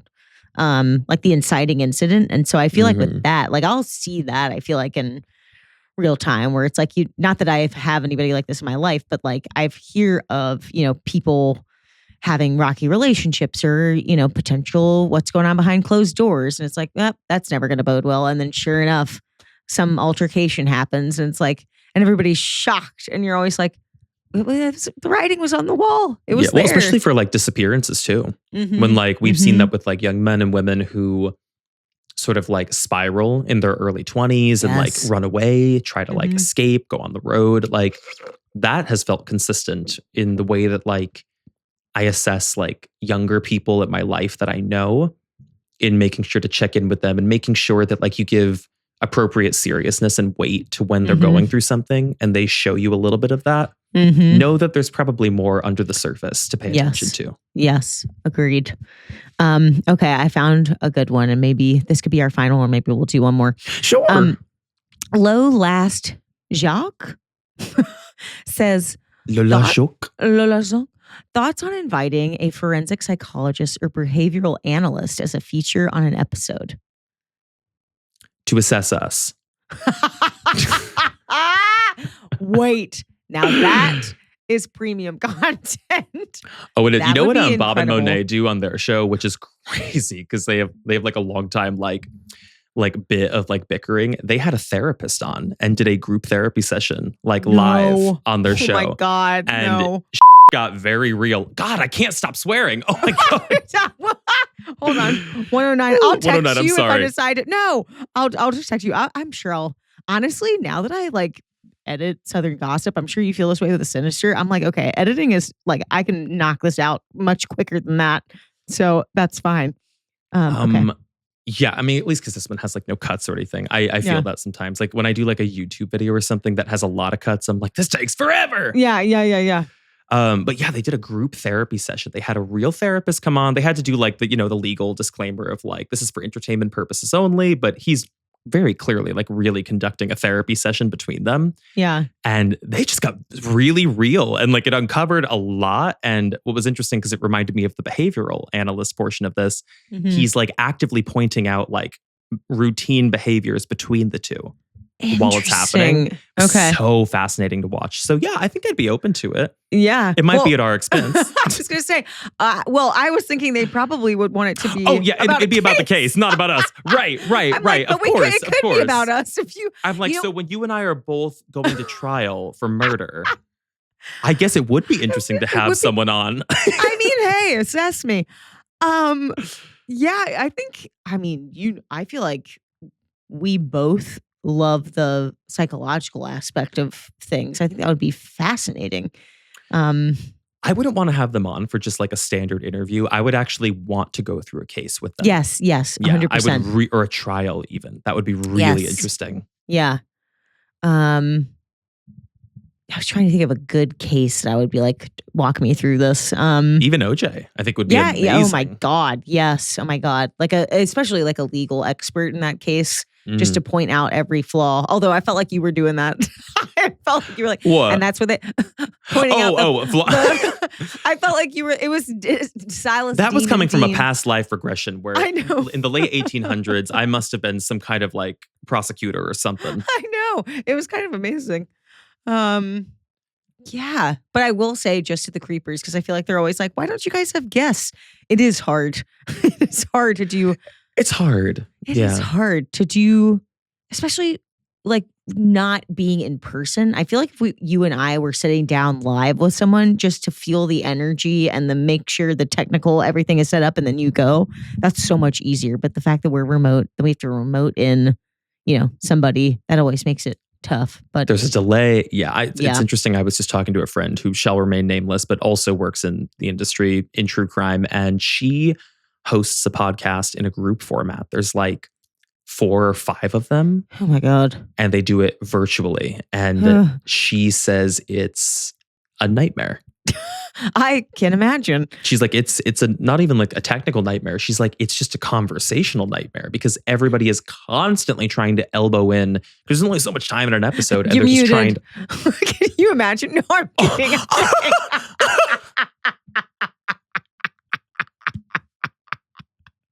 No, I'm saying if we were on with 5 other people, you muted. Honey, you're muted. Honey, you're muted. Wow, that really got me. I was like, way the light left your eyes. I was like, how? I don't think you would ever have been prepared for me to yell at you like that. I was just like, whoa. You're like, she's on. Oh, that's you're so muted. funny. Honey, You literally were like, you're muted. You're muted. God, roll that one back. Clip that. That was the same as when you and I hit that bump driving on tour. The same. My soul left my body. Your soul has left your body. Oh my God. What was I even talking about? Oh yeah, the point. She just says it's like very hard, very much a nightmare. So in that situation, I'm like, yeah, having guests, having multiple co-hosts is hard. But my other point about it was I was going to say, I really do think of the creepers, the listeners of the show, as like the third friend in the conversation. Yeah. The quietest friend in the room, but they're there. Yeah. But there's something that happens when you invite another person into a closed group. So in this case, a guest, where like everybody gets on edge to like guard themselves a little bit. So I just wouldn't want them to feel, I wouldn't want to do it at the expense of the creepers feeling comfortable and at ease every single episode, that they're like, okay, I'm with my friends. I'm with Silas and Stu. I'm with my hosts. Like everything's good. Yes. Yeah. That's such an interesting point, because I mean, it's like, that, but really it didn't hit me until we did the Nancy Grace episode, where it was like, there were a lot of people that had feelings about the way it went and everything. And I was like, our babies are protecting us. Well, yeah. And I was like, yeah, it's so sweet. It is. Yeah. Gosh. Because I avoid guest episodes for podcasts that I listen to where there are regular hosts. Like every time I see there's a guest episode, I'm like, skip. Yeah. Skip and scroll. That is so funny. Because those are my people. I don't need those. Of course. Get out of here. Oh my God. Well, Is that our last one? I think that's it. I mean, think that's the last one. I mean, I feel like I kind of exhausted. A lot of ours are ones mine are ones I know we've already answered before. So I didn't want to. Some from the past. I think those were great. I'm really happy that we got to go through a good number of these questions. And Me too. Answer them for the creepers at the end of the season. It feels good to round out the season to this place and just sort of reflect. You knocked the whole computer off the desk. I'm like, goodbye. I hit my machete so many times, by the way, while we were doing OJ. I was like, and... Were you holding it the entire time? No, I just had it sitting here and I was like, and so anyways, the trial went on for 8 months. It was like, that's so funny. Oh my God. Well, baby, what a ride. This has been a really, I think, well-rounded season. I feel like we did a lot of different types of cases.